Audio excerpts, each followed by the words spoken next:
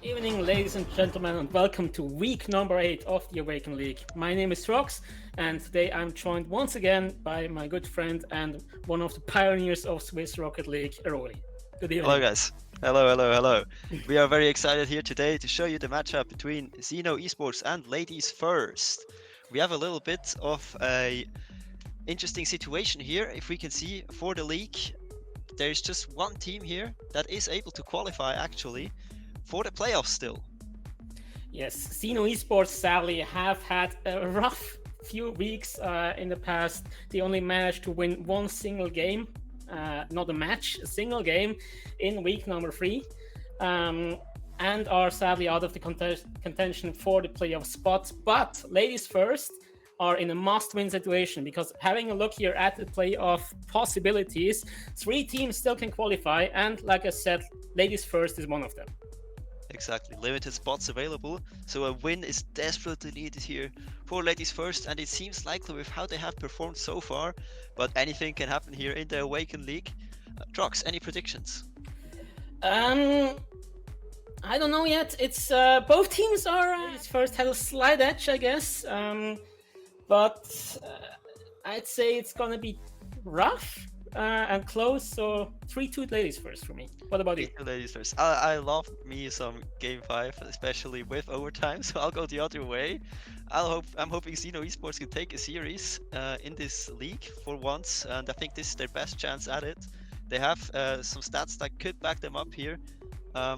Which they could abuse against LadiesFirst, that being the deer in the headlights stats. So most demoed, LadiesFirst very vulnerable when it comes to that, and very strong in defense. Zeno, they are some of the top saviors in the league at the moment.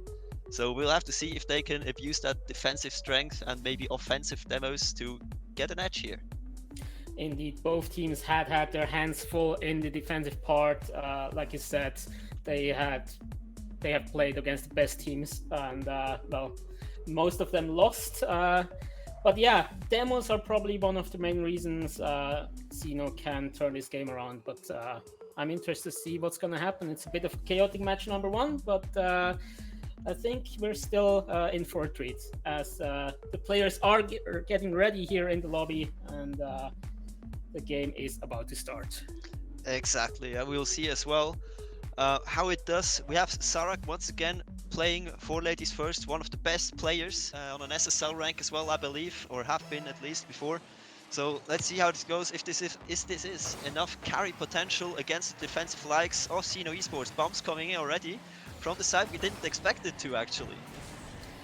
Indeed, this game is already off to a bit of a hands off there, but the ball is in the blue half. Zeno Esports, what can they do? Star Circle with a good defense there. Now Genji-sama in the air, gets a second touch. Sarak isn't committing there. Plays the game slow, takes it off the wall. No teammates there, doesn't get the flip reset, so it's an easy save there for Sharps. We see some promising setups though. They are trying to play a little more careful so far. Pass over to Genji, doesn't quite reach the mark. Genji gets demoed by Sharps. Well done on the defensive side, but Star Circle only half boost, can't get the ball past Sarak, and Choppy with the slow follow-up beats it past the defender, and that's just 1-0 for LadiesFirst. Indeed, important touch there. Star Circle tries to defend, but the orange player is quicker, bounces off the wall, and Choppy puts it in 1-0 for LadiesFirst here in the first game of this match, with 4 minutes left to go. Psycho once again does have this Lamborghini. He's always like with these fancy cars. I don't know what's up with that, but he loves like some off-meta hitboxes, which is cool to see. I love to see that, some diversity, not just Octane's Phoenyx, maybe a rare Dominus. This one is like actually rare, a trophy with a nice flip reset towards net, saved away by Sharps. They're trying to get mechanical already. Indeed, we all probably remember the times of Cooks here when he was in the Batmobile, but talking about Cooks here, let's see what Sarak here does here. Good setup there, gets the ball at the right angle and puts it into net with 2-0 lead for LadiesFirst, 15 seconds after the last goal. Exactly, and manages to call off her teammate as well, just the nick of time, otherwise it could have been disastrous.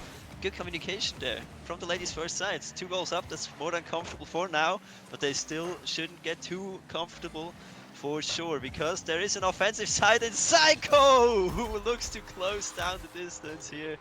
Nice shot by the man himself in that Lamborghini. Nice 50 by Star Circle into center. Third man rotation by Psycho is fast and unexpected, and that nets the first goal of the series.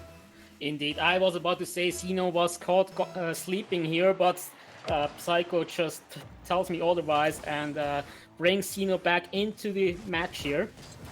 Now Sarah with a slow approach, takes it high, gets challenged instantly by the Zeno defender. Oh, missed there by Tropic. Psycho, well, he says thank you and equalizes. Indeed, wow, what a disaster for Trophy. It's very unfortunate. Just runs out of boost, flips past the ball. It did a little stutter on the ball, he got scared. And yeah, Trophy's probably gonna be kicking himself after this one. 2-all. Indeed, 4 goals, 2 minutes played so far. I mean, if this keeps up, we're in for a treat here. As I'm saying that, I should just stop talking and let you guys enjoy the match, I guess. Indeed, Trophy just redeems himself right off kick. Nice flick past Star Circle in defense. Psycho can't quite get the bump, doesn't have to boost for it. Oh wow, we aren't even half game done yet. And it's 5 goals already, jeez. What is happening in this series? Seems evenly matched for sure, as Star Circle tries to get another offensive attempt in with a double tap, but Sarek quite ready for this one. Pass out to Troppy, tries to get offensive again, air dribble attempt, flip reset, denied by Sharps. We know him well in his defensive regard. Sharps, one of the top saviors on this Zeno team, on this very defensive already Zeno team. This might come back to haunt them though if they don't get offensive in pretty due time. They are looking to concede actually, as Sharps takes it off the backboard. Go offensive once again.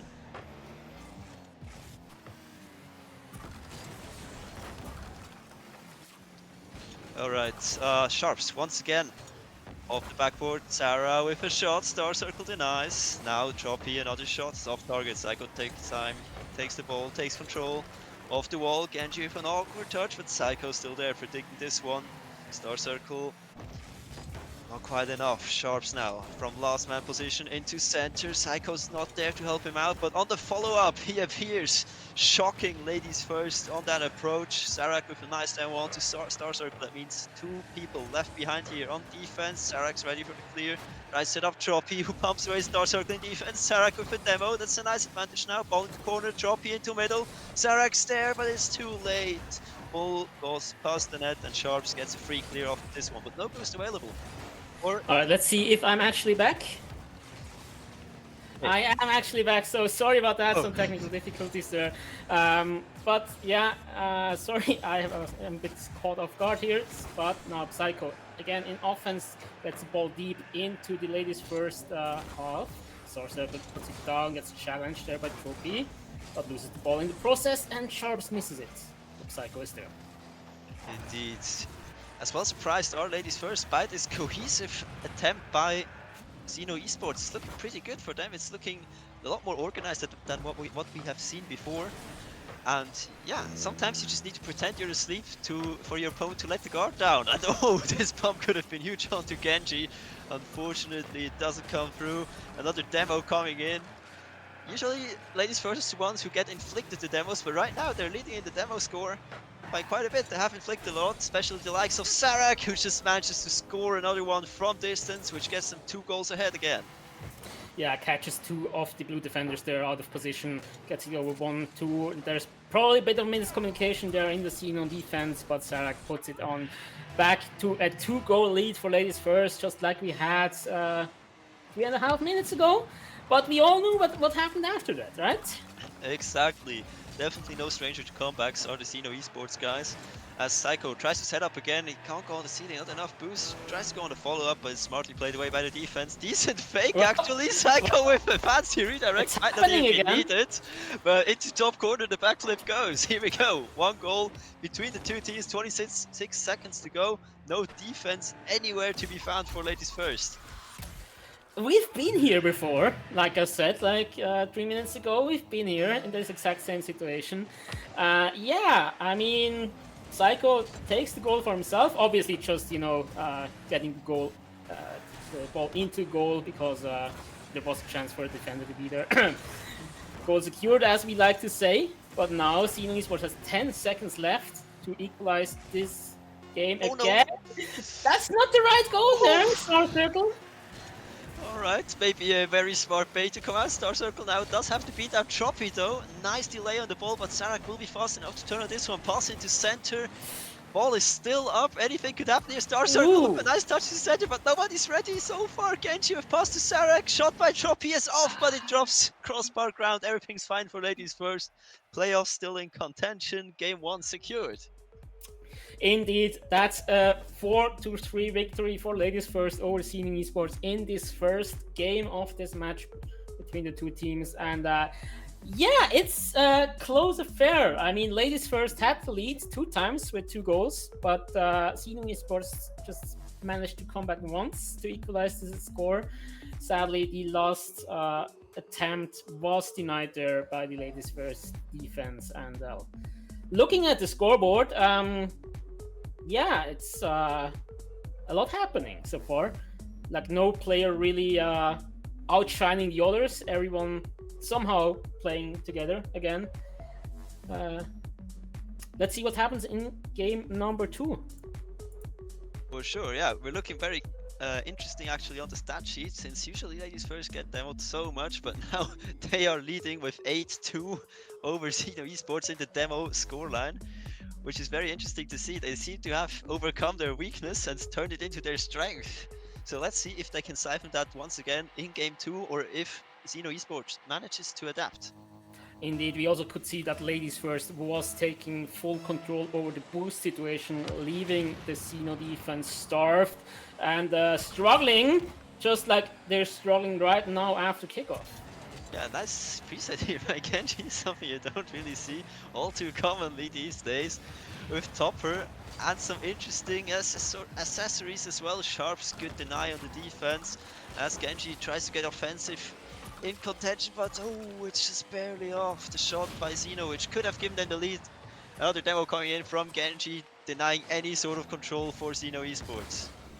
Yeah, now Sharp's struggling in defense again. Good attempt there by LadiesFirst, gets denied though by the Zeno defense. Zark tags it high. Important touch and mistouch there by Star Circle, allowing Genji to score that first goal again. Indeed, Genji, good awareness here after this mistouch by Star Circle. This one's gotta hurt. Good idea with the clearance and the side flip. You can follow up after this one really nicely. But yeah, Zeno doesn't have much boost, but they managed to score a lot with it. Like, they don't seem to need it per se, but maybe they should pick some more boost, because apparently LadiesFirst do need it as Sarah gets beaten to the ball by a more boost player. Sharps try and make something happen. Drop pick from the wall, can't do much. Star Circle passes, Sharps with a bump, but it's for naught. Yeah, Psycho sadly wasn't far enough forwards there in the offense. Dangerous situation there by Sarak, trying to score in a goal. Now Genji intercepts that ball, doesn't get the second touch, but does get it off the wall, has no boost left, so Psycho can just play it slow here. Playing with fire though. Indeed, it's getting very hot here behind Sarak's back. But yeah, it's Zeno coming back with the demos again. Chasing close behind that stat from last game already. Yeah, it's looking to be a physical game. 2 players off the backboard could be a little confusing for the Zeno defense as Sarak follows up with a shot, but Sharps is ready on defense, thankfully for Zeno. They have to catch up soon. Just 3 minutes left now. Indeed. And catch up they will! What happened here?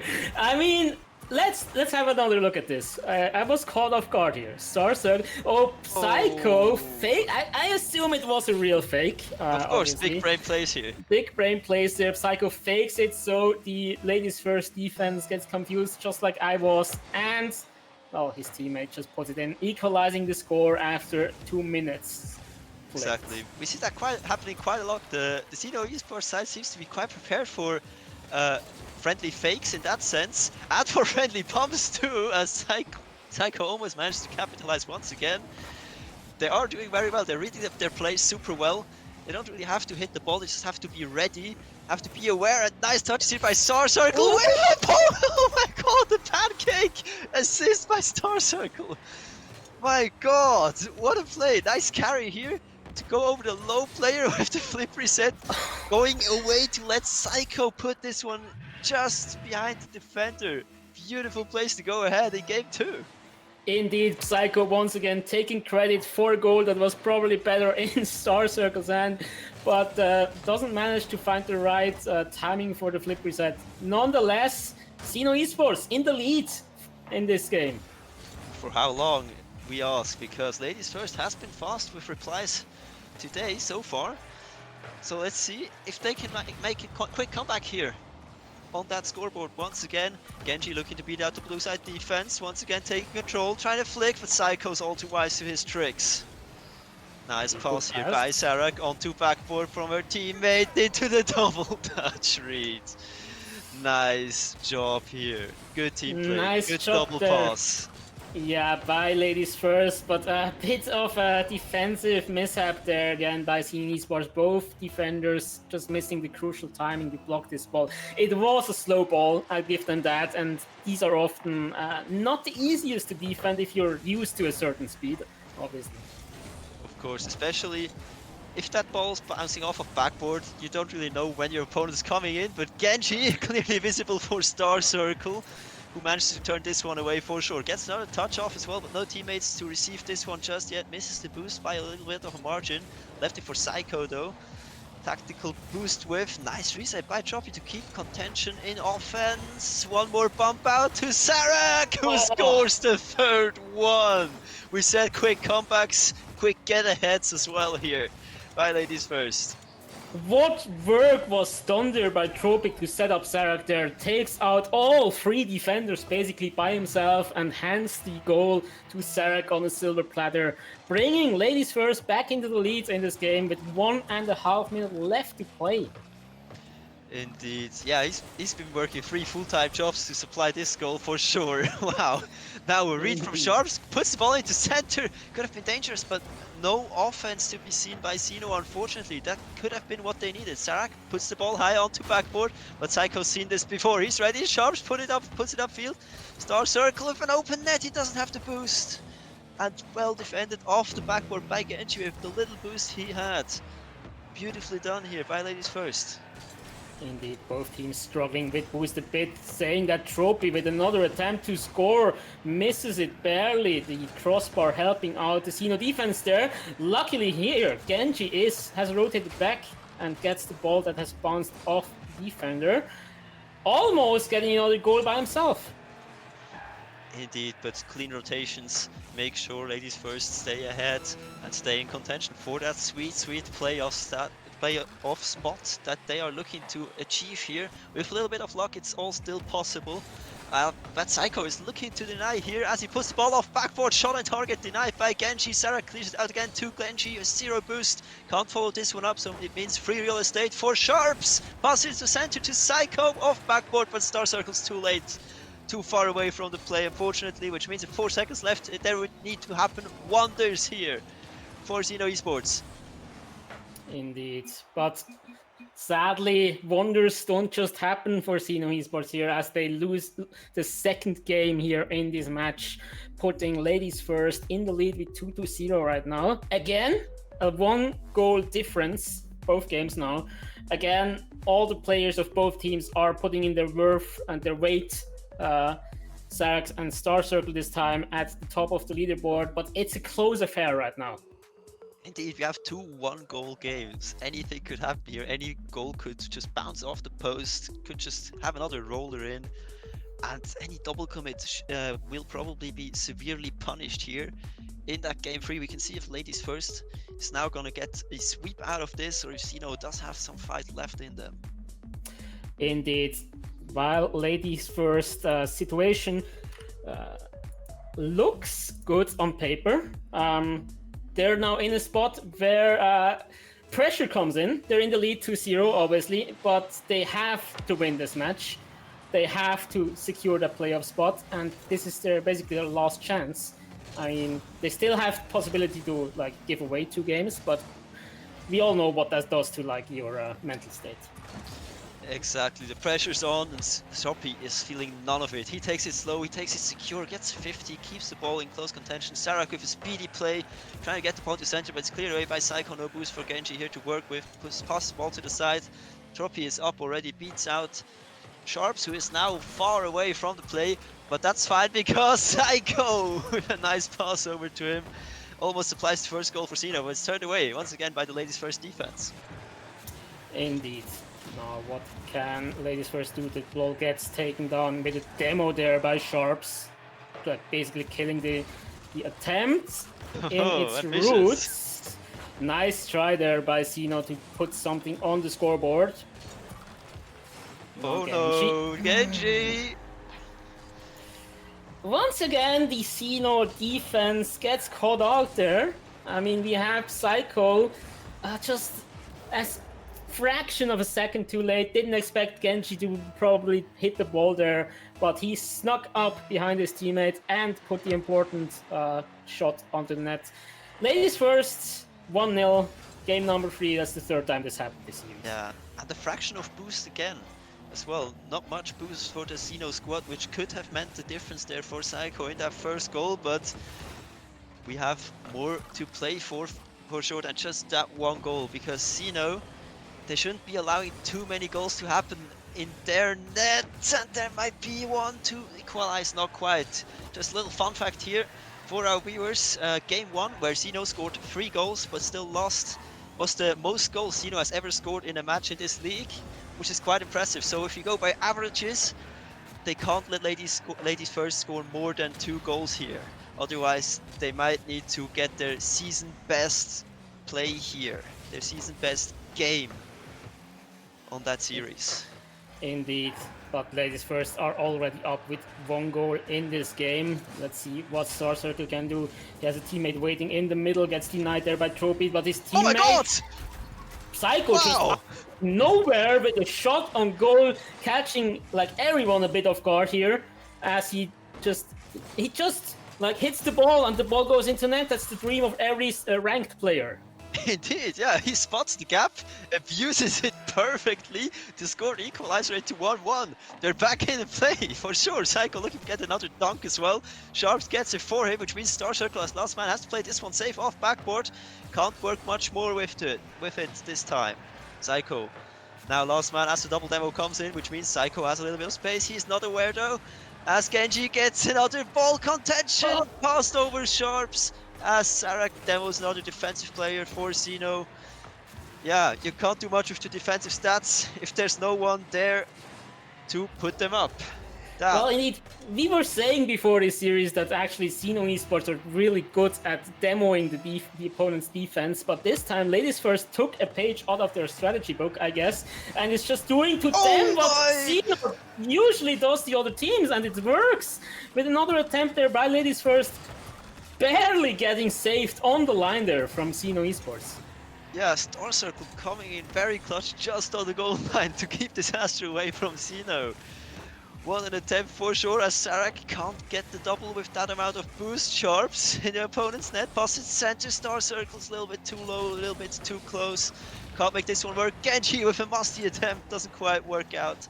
Could have been fancy, but fancy we know is Troppy as he passes to Genji. Doesn't receive it quite well. Star Circle clears it out. Double commit there by LadiesFirst, and at the end, misflip there by Genji. Luckily, Sarah can recover in time, but dangerous situation now for LadiesFirst. But they managed to regain control. Now Troppy and Genji again, miscommunication there. You hate to see it, really. Now, LadiesFirst and Zeno also have some of the worst shooting percentages of the league, unfortunately. So they have to really get the best of themselves here in this league. Another shot misses, not quite bettering the statistics of Zeno is Psycho. Whereas before he scored this beautiful open shot, but he might have another opportunity here if the angle's right, but the boost isn't right either. So not much to do here for him. Genji with a nice touch pass to defense. He stops to not get in the way of Troppy, who takes his open net into the 3-1 lead for LadiesFirst. Well, yeah, 3-1 ladies first, Zeno Esports defense once again in a bit of chaotic state, and Tropic says thank you. I was about to say that Zeno Esports was holding up well, and they still have a chance to win their first game, the second game of the season, and possibly their first match. But, well, it looks bleak right now for Zeno Esports, as ladies first is 50 seconds away from still being in playoff contention. Indeed, with that little time, they need fast goals for sure. We need them to outspeed LadiesFirst by quite a margin, because LadiesFirst is looking very fast here, beating them to every ball. Another drop down by Droppy, coming in into the 4-1, which means 30 seconds for 3 goals for Zeno. Nice recovery actually from the front here. Droppy calling off his teammate as well. Look at these moves in the air. I wish I had aerial control like that. I would have been like top 32 EU and not top 48, obviously. But saying that, ladies first, 4, Zeno Esports 1, game number 3, ladies first are in the lead, and it's 20 seconds left. And they're not just adding insult to injury. Sorry, my brain has a scramble right now. But yeah, they seem to be injuring the insults as well, as it seems. Indeed. And well, 7 seconds left. We see the last attempts of Zeno Esports to do anything. But ladies first, they know thank you. We take the win and we stay in playoff contention. Indeed. Good on them. I'm really happy for them. I'm really excited if we get to hear them in an interview actually, because that must mean so much for them. Indeed. Ladies first had struggles in the first 2 games, but in the third game they finally unleashed their power, so to say, and just bodied the Fools, and Fools being Zeno Esports here. Sadly, another loss for them, another 3-0 loss for Zeno Esports. They stay at the bottom of the leaderboard, and well, they have been out of contention before this game, but we'll see if they have a chance of a game victory or match victory next week, though. For sure. But ladies first, yeah, they are still in contention, like we said before. We'll see if we get an interview. No word yet. But Aroli, what's your opinion on the series that we just saw? Well, I think it was very exciting, especially the first 2 games being that close. Really put me on the edge of the seat. Maybe we could have had a reverse sweep if Zeno could have put up a little bit more focus, a little bit more pressure. But yeah, they have a lot to work on. But they will have a lot of time now as well, especially now that they won't have to play playoffs. They can practice instead and come back stronger next season, possibly. And yeah, I think we just head into a little bit of a break and then see if we can get an interview started. See you guys later. Ladies and gentlemen, welcome back after what may seem like a long and tedious break. We decided to bring you something even more horrible to your screens, and that's my face. But to cheer everybody up, we've got something a little bit more gorgeous to look at down below, and that is Daromas. How are you doing? Hello, Danny. No, I'm not gorgeous. That's no. Excuse me. That's not how I wanted to start this tonight. However, well, second time being on Awaken League in the commentary box, and it's quite a pleasure to be alongside you. To be honest, this is honestly quite a pleasure. But who are we up against here? We've got Permitta and FireGold Phoenyx, both fighting for what, playoff spot? Well, yes, they are. They are in at least a potential contention for a playoff spot, which is interesting to say the least here, as the match is near enough ready, which is unusual because the last time we was here there was a bit of a delay, funny enough, which makes things a little bit tad interesting. There is very little point to go over to the leaderboard for these particular teams. It's straight down to the action, Daromas. But do you know what it is the case of? Yes, playoff is on the line, but there's no point of talking about, statistics, scenarios, and everything on the line here. For these teams, it's quite simple. Win and you have a chance. Lose and you're gone. That's basically what we're at with these two. These are my favourite type of matchups, Danny. Everything on the line tonight. It's best of 5, and it starts off with FireGold Phoenyx with possession. However, Dazzle will try and 50, and this game is well and truly underway. Certainly so. Well, these two might be scrapping at the bottom of the table. They'd all deserve the respective 7-8 weeks of league play just to get yourselves some more stream time. But full credit, of course, to Awaken itself. And there's the French stream over, of course, Phoenyx XTV. That link's down below. But you're here at VisionGaming for the English commentary. Who else would you have starting off the broadcast as well with top 48 player in the world at one point with Dr. Trucks himself. Although it is great to see him still in the commentary booth. But that shot will not be at the back of the net here for the opening minutes. A great setup play there by Phoenyx, but the conversion not quite there. Dazzle though, trying to pull out a bit of a flare of his own. Not quite getting anything on target. FGP tries to get the touch. Firepower Pang has a hell of a name to try and pronounce on stream. Doesn't quite get the shot over. Dazzle already making himself known in this match. You know, how about we agree just to call him Fire? Yeah, I can agree on that. Yeah.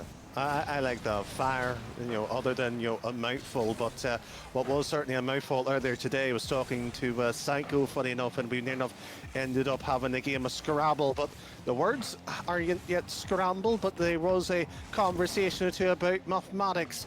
Well, Substan, of course, Rhino casting later on tonight, as that one could be put in. Hasn't, of course, just yet here. We are searching for a goal. Souls may have his, but off the wall and the ground here. So the two sides still to hit the break deadlock. Yes, hammer and tongue in the first 2 minutes for both sides. Obviously a desperate game for both. Lusario will pop this forward. Sao Paulo, he's going to have to tip this back. Quite awkward when he went up there. Into the corner it goes, and Fire sends it to the mid. Paul, though, with the touch, will drop down to Max. Max tries to center it. Lusario's there. It's not going to come to much. He'll fall back into the corner. Straight to Fire, and Fire now try and keep this attacking pressure. Dazzle trying to get a touch over. Lusario pops it up, and Sao Paulo is there to get the read. And that one's just been played across to the side here. One touch over for Lucario. I believe he actually played in ERS of this season and RC previous. I've got the same particular one, also coach as well too.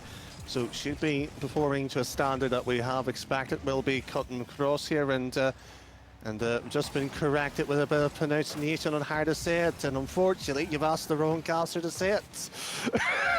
Yeah. Everybody knows they get the names wrong. Well, here we are.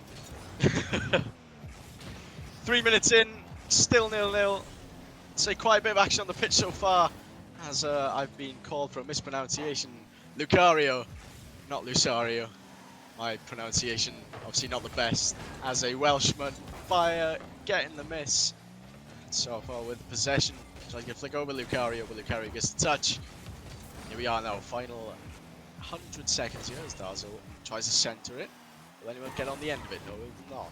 Fire Bang. Just missing it for Max. Wade will send it into the center, but again, very scrappy play from both sides. Not a lot coming out of it as of yet. And the ball tantalizingly close to Phoenix's net. But again, nothing to come of this attack. And as I speak, shot on, fired as well to clear.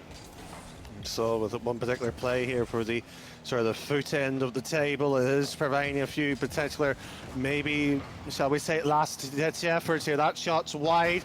The RLCS is happening at the same time, and there was a few talks on wayward ones that should have been put on in here. Awaken is rivaling that one, but Carrot with one pop into El Sol with a few touches to move that one to the side here. It's shall we say, it's almost like getting to the charts and you're just trying to work out which one's on the dance floor yet, but when the Foxtrot gets moved out, we've known we've gone too far. Is that a reference? Yeah, you don't know what dancing is then, I see. Oh no, Foxtrot. Yes, of course, and just like that, tapping his way into the net. Lucario scores one for Phoenix. They've been on the defensive front for, well, the majority of this match. Has been Permitta's the score. But here we go, 1-0 to FireGold Phoenix.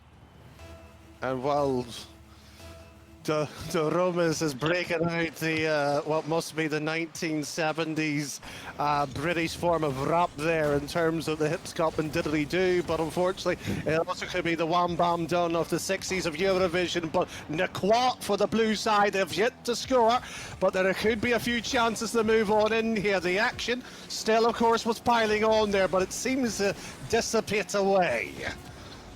So Paul with the ball here, final 5 seconds. That bump crucial because Dazzle can't get a clear-cut touch. Webers will pop it up. Will it come to anything? No, it is heading towards the net. However, game 1 goes to Phoenyx.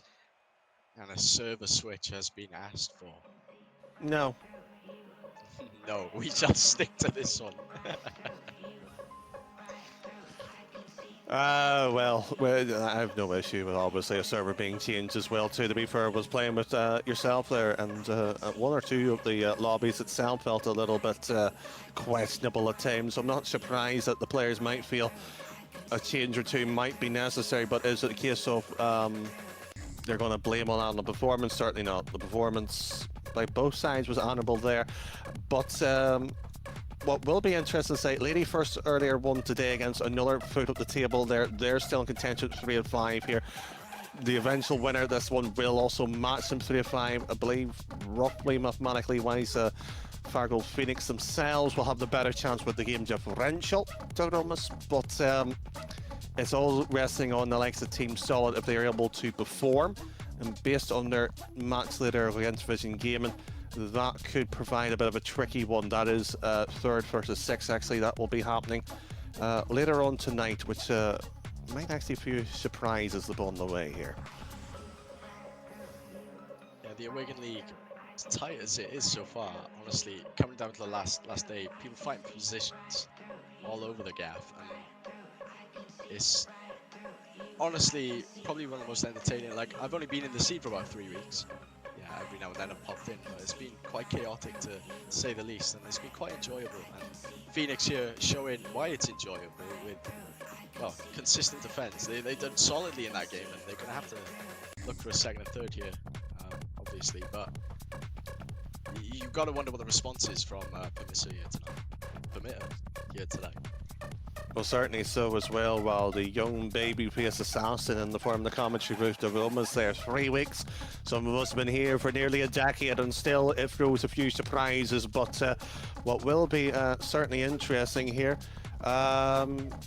we are still waiting for the lobby to be recreated here, as far as we can make out here. So it is interesting with 2 production teams at the same time.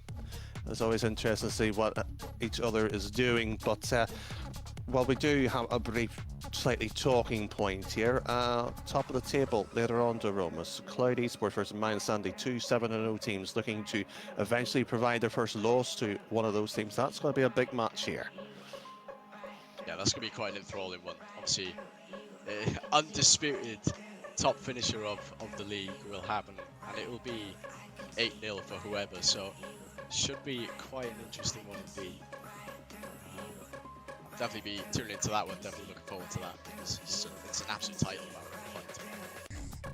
Well, certainly so, and with things moving on in the right direction here, I believe the players are intrigued and waiting and ready to go here. I believe, if ears are missing here, I believe the French broadcast is looking forward to this one as well too. So this one should be an interesting one, the Romas here, because it is 1-0 in the series itself here, of course, to FireGold Phoenyx. It's just a case on can they continue to move forward here for both sides here.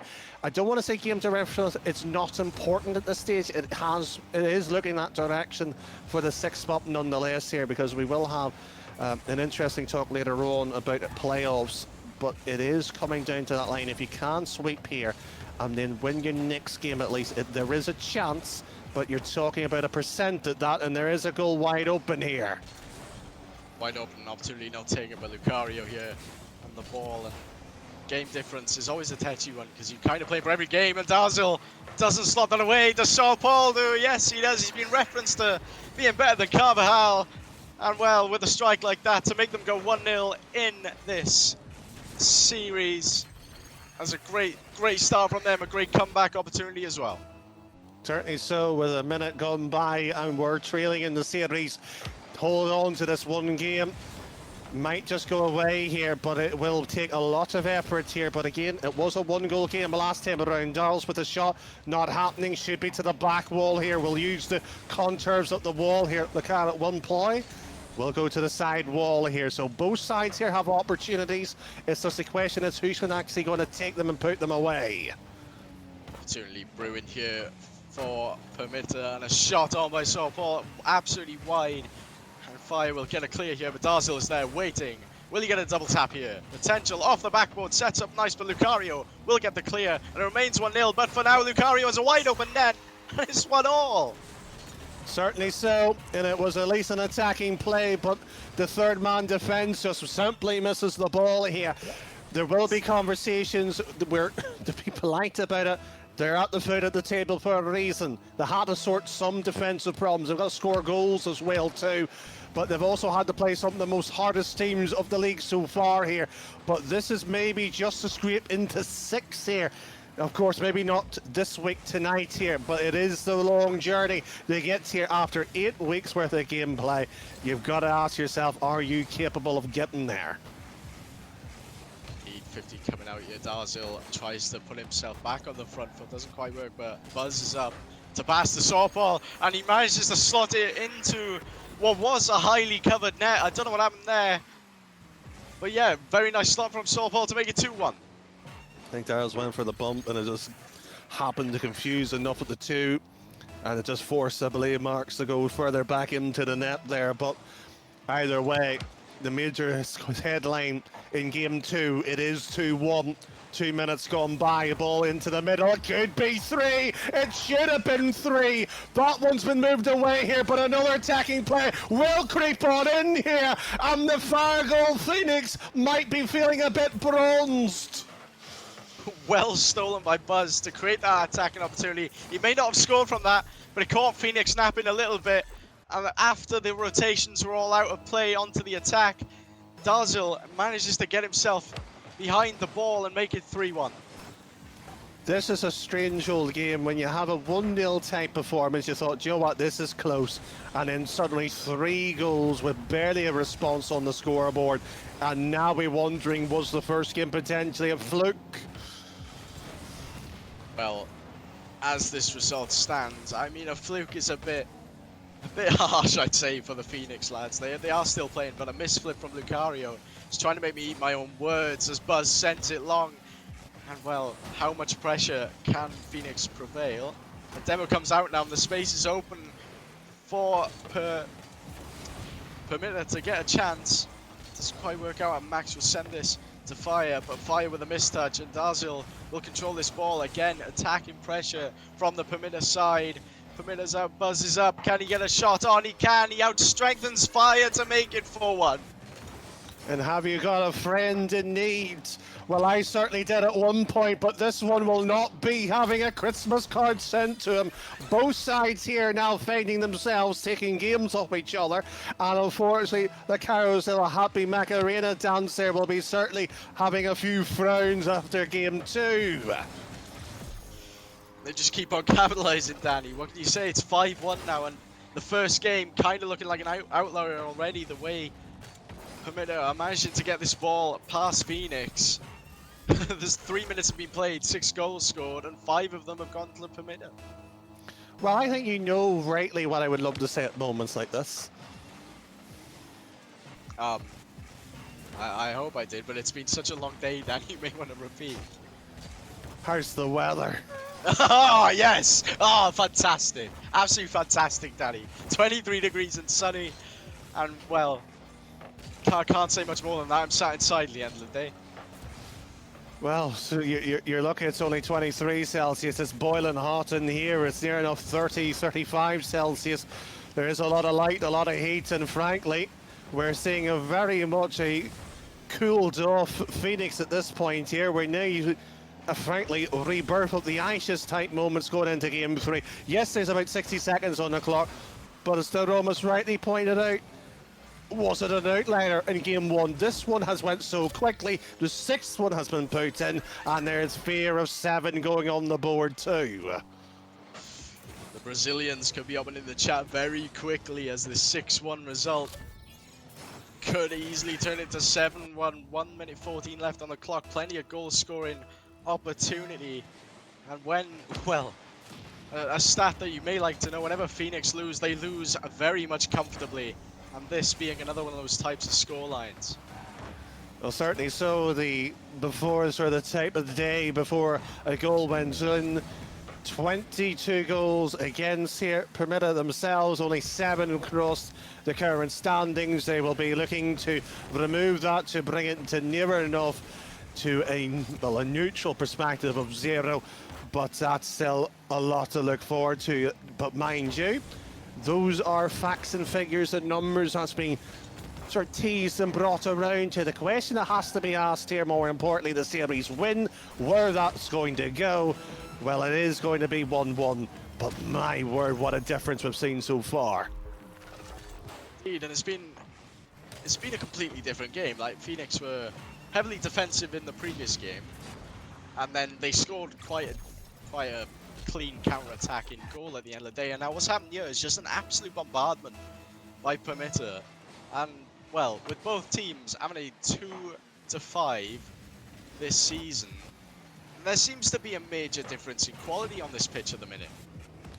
Well, you'll be talking about particularly the difference here as well, too, as another goal gets run on in here. It shouldn't be a surprise here, but Paul himself here, 0.88 goals per game across so far all the weeks. He's got 2 so far. This other team is not close in terms of the top 10. It is, shall we say, the foot at the table, but it's the defensive record that's got to be more question here. 1.94 for the likes of Buzz here, who has not had much defensive work here in Game 2. Barely much in Game 1. But, well, there was very little accolades to shout out or say here for the FireGold itself here, because the Phoenyx has found himself captivated, but will he find a way to escape the pressure here? Well, tonight marks quite an unfortunate stat for FireGold Phoenyx, but I do say so myself. Their highest loss before this was 7-1. Now they're going to have to take a look at that new stat of 8-1 as well. They're getting absolutely dominated in this second game, and you've got to wonder what kind of a response will Phoenyx get after this game, because it's quite difficult to pick your head up, especially after such a harsh defeat. Well, certainly so, but the luxury of it is here that you can only lose a game once. So it doesn't matter whether it's 1-0, 8-0, or even 50-0. It's only one game lost here, and that's the luxury of what they've got here. But what has to happen here is the ability going into Game 3 and saying, all right, we can turn this around. Now, how they're going to turn that around, even I don't have one answer for that one. Just have to wait and see, Danny, as kickoff is underway in game number 3, and Lucario gets past her. Fire gets past the Lucario, but the shot isn't there. It is now, and it's 1-0 to Phoenyx. The response coming as quick as 14 seconds in this third game. Well, it's a shame we don't have a stat on the top of our heads on the quickest goals so far of the season, but it will certainly not be that. I'm pretty sure there's been a kickoff goal within probably 3 seconds, and knowing our luck, Permitta might have that type of luck today. But mind you here, Lucario gets moved across here, and well, there might be a game going on in so far the pitch itself. Our production team is trying to outdo us. Goal potential for Permitta, and they've managed to take that opportunity as 1-1. 33 seconds gone, and that is an immediate response. And Phoenyx, they gotta be careful. Careful is not a name that either two knows. They certainly know what chaos is. They have thrown this league in a loop. They are somehow still mathematically within a playoff contention. Game differential might play a factor a touch later, but it is a thin chance of that. Both sides know that. They know that the next couple of games could, of course, change the table itself. But Lucario into the middle, one demo here, and that one's just been lumped on downfield here. What is a touch surprising here, it's taken 2 games for both sides here to fire a couple of goals in against each other. We do now seem to have a bit of clarity between the two. Indeed, and well, the aggression coming out from Phoenyx. That's about 4 demos now in the span of a minute.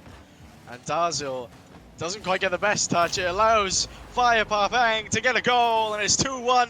Phoenyx have responded well here. And a minute 18 gone. Plenty of game left. Plenty of goals left to be scored, I'm sure. But the direction already looking a lot different to the previous game. I think if Daryl's won a touch or a trick on how to score an own goal with a double touch, he should ask me, because Daroma saw a brilliant one earlier. But unfortunately, we're not talking about our gameplay. That one's been saved off the line here. We're talking about these fine 6 players in goal number 2. Rattles off the woodwork once and twice. And Buzz can only mere watch his teammates attempt go awry. Oh my goodness gracious, woodwork is the best friend of any goalkeeper. But Fire off the ceiling gets a pre-flip and a nice touch to slot it in to make it 3-1 for the Phoenix boys. Certainly so. What a day we have here, where it should have been 2-2. But we find ourselves here quite literally on the doorsteps of the unthinkability here of the game going to FireGold Phoenix themselves. But that's more the case of how dominated they were no more than 3-4 minutes ago. But Daniels will have a few chances here. Everybody backs away from the ball here, which is a tad unusual. Winners want the ball, you have to have the ball, and this one's going past 1 but 2, and the third one whipped away here. We normally sometimes joke about the quality not being here at the low end of the table. They've certainly shown a bit of that today. Buzz, on the other hand, will grab the second goal here for Permitta. It's just a case on what's next. The flailing about from Phoenix in defence, a lot of awkward post touches, and just like that, well, Permitta are back in contention for this game. And we take a look at kickoff number 6 here of this game, and it's not as dominant as the previous. In fact, not dominant at all. It's very close, and Max tries to get a 50, tries to keep Phoenix that +1, potential +2 advantage. Fire will get this touch now, and chaos, as you said earlier, has ensued. Certainly so. And then another play moves across here. A demo being sparkled on out here. Daz with one particular play here. Buzz marks there, the cart with a one bump here, and everybody having a bit of an awkward touch here. The back wall's there. Infield pass it goes. Cut on out, leaving Buzz alone here to drag this one down. No cooks or pinch being drawn out of the brain cells there. It's how we say bronze and brute here. A bit of metal work perhaps here to weld this one in, and it could have been a little bit of lily luck happening there. Not happening either.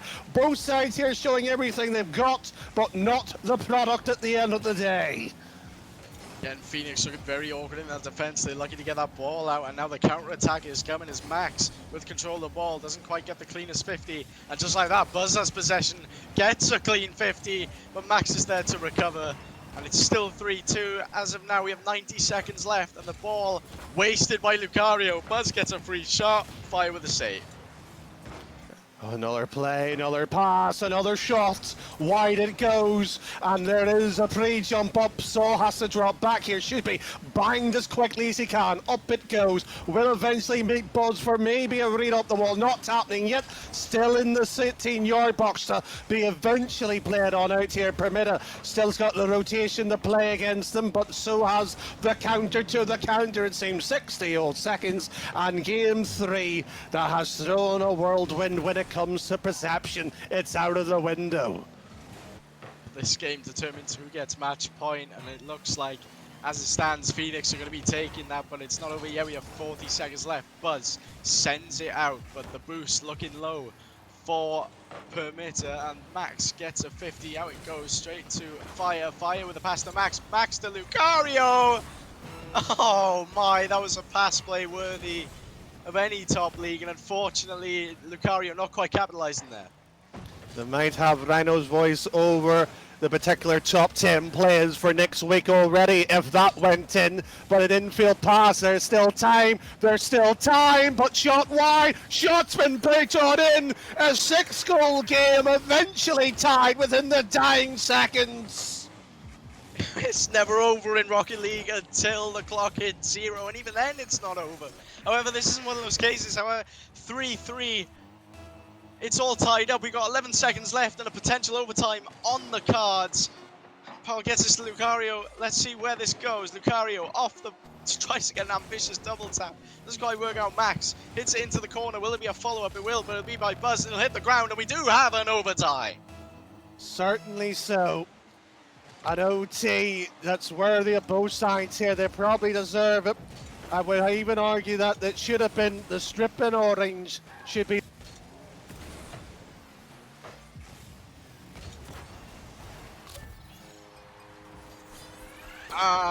Apologies for that brief cutout, but we do have a goal here, and it's gone in the opposite direction. Permitta have managed to smash that into the top. Smash that into the top center of the net. And just like that, Darza's team, Permitta, have managed to make it 2-1. Wow. Hello, Jonas. Danny? I don't know what happened. I think the game must be too. Oh no, we've lost Danny again. But what a moment that was there. They say in the third game it goes on in, and frankly an OT worthy here. But to Romas, we do have actually a moment when you'd be looking at and sort of be going, frankly, this one's going the distance, surely. Well, Phoenyx had every right to win. Phoenyx had every right to win this game, and it didn't quite pan out for them. It literally came to overtime after an absolute steal from Paul. And just like that, you're staring at a loss, and Permitta are staring at the clutches of a win that arguably shouldn't be them at this moment in time. Shouldn't be, but that was a chance here for both sides. It eventually has been sorted out on who it will be going here. Permitta with the prime opportunity to, I would like to say do an upset really, but at this sort of end of the sort of the leagues table, there is no upset. It's survival of the fittest. And Lucaro, well, he has to get this one down, whip it away here, pops it up. It's just, can this ball be put at the back of him and hold for 5 minutes? It sounds easy. Well, that's because it is.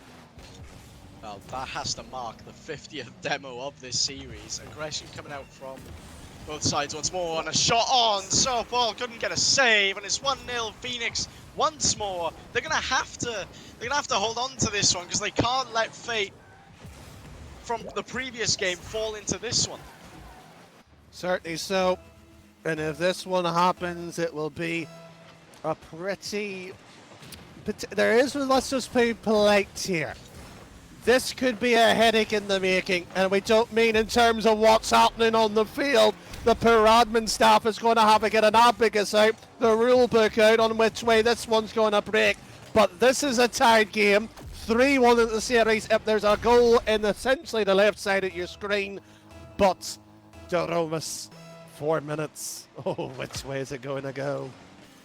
I can't predict it, not this early, and not after a mistake like that. It's just a lot of game time left to go, and a lot of the crucial goals have come in the final 20 seconds. Lucario hitting the backboard, and Max gets a clear, and to be honest, Danny, if I was going to predict now, I'd be a bit stupid to do so.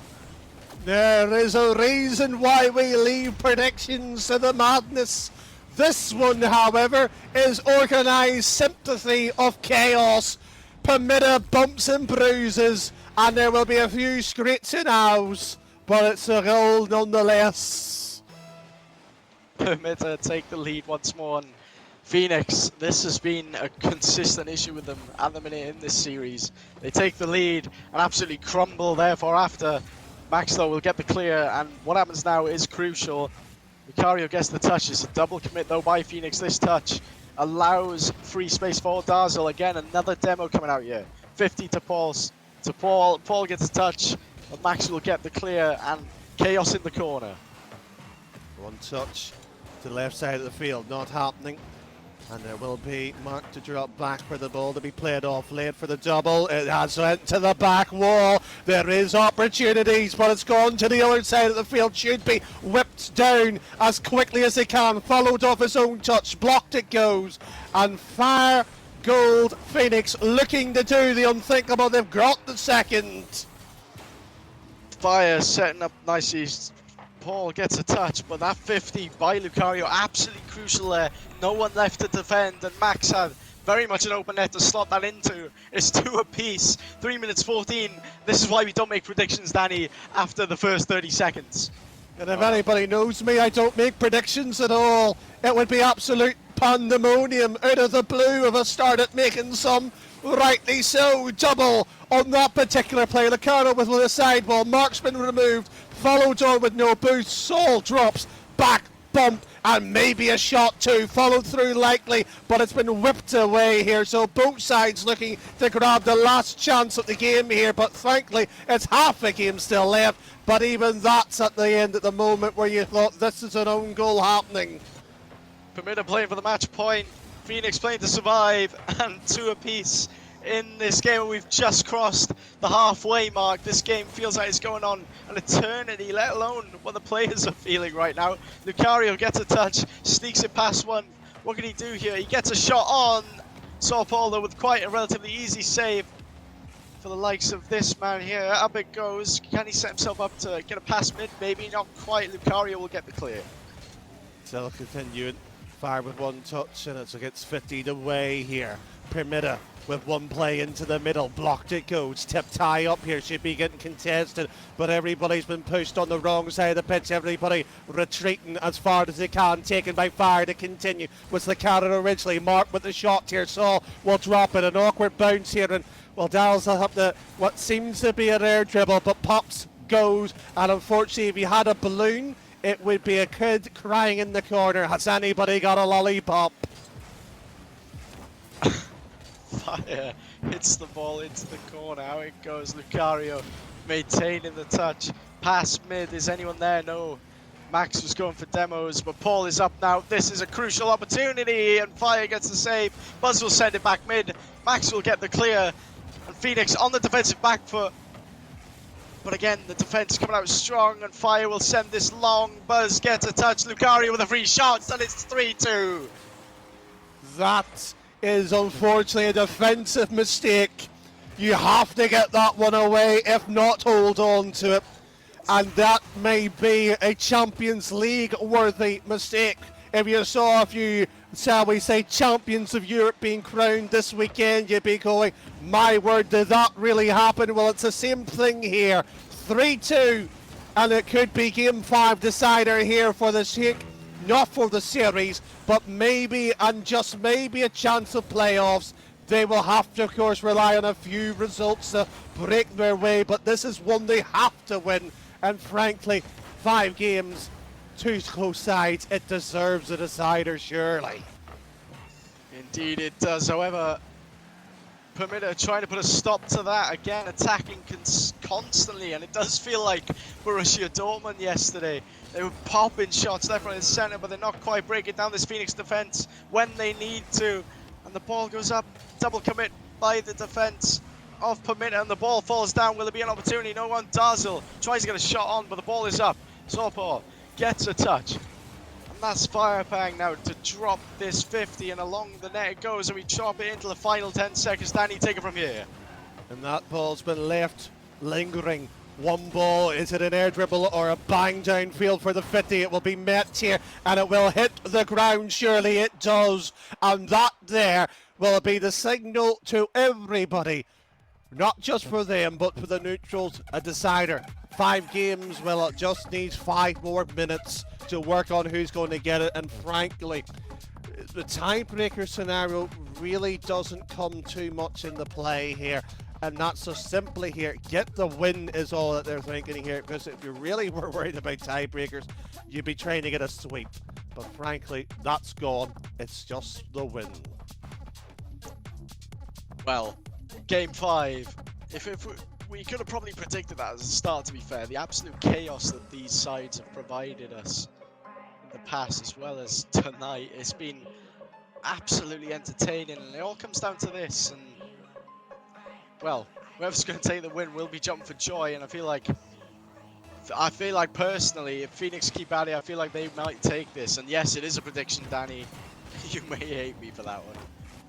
I don't have any problems with people making predictions, but they're entitled to have a say. Everybody at Twitch or YouTube, wherever you're watching, maybe even on Twitter too, you can feel free to have your say. But frankly, it's those 6 players on this current pitch here right now that will have the final word, and that could be the opening one at that too. But bang, not putting this one away, but Buzz will be looking at that, be going, I could have had a secondary go. That didn't happen either. So Permitta with the first 2 chances, never mind the opening 1. They might have 3, 4 and 5 with all the pressure here.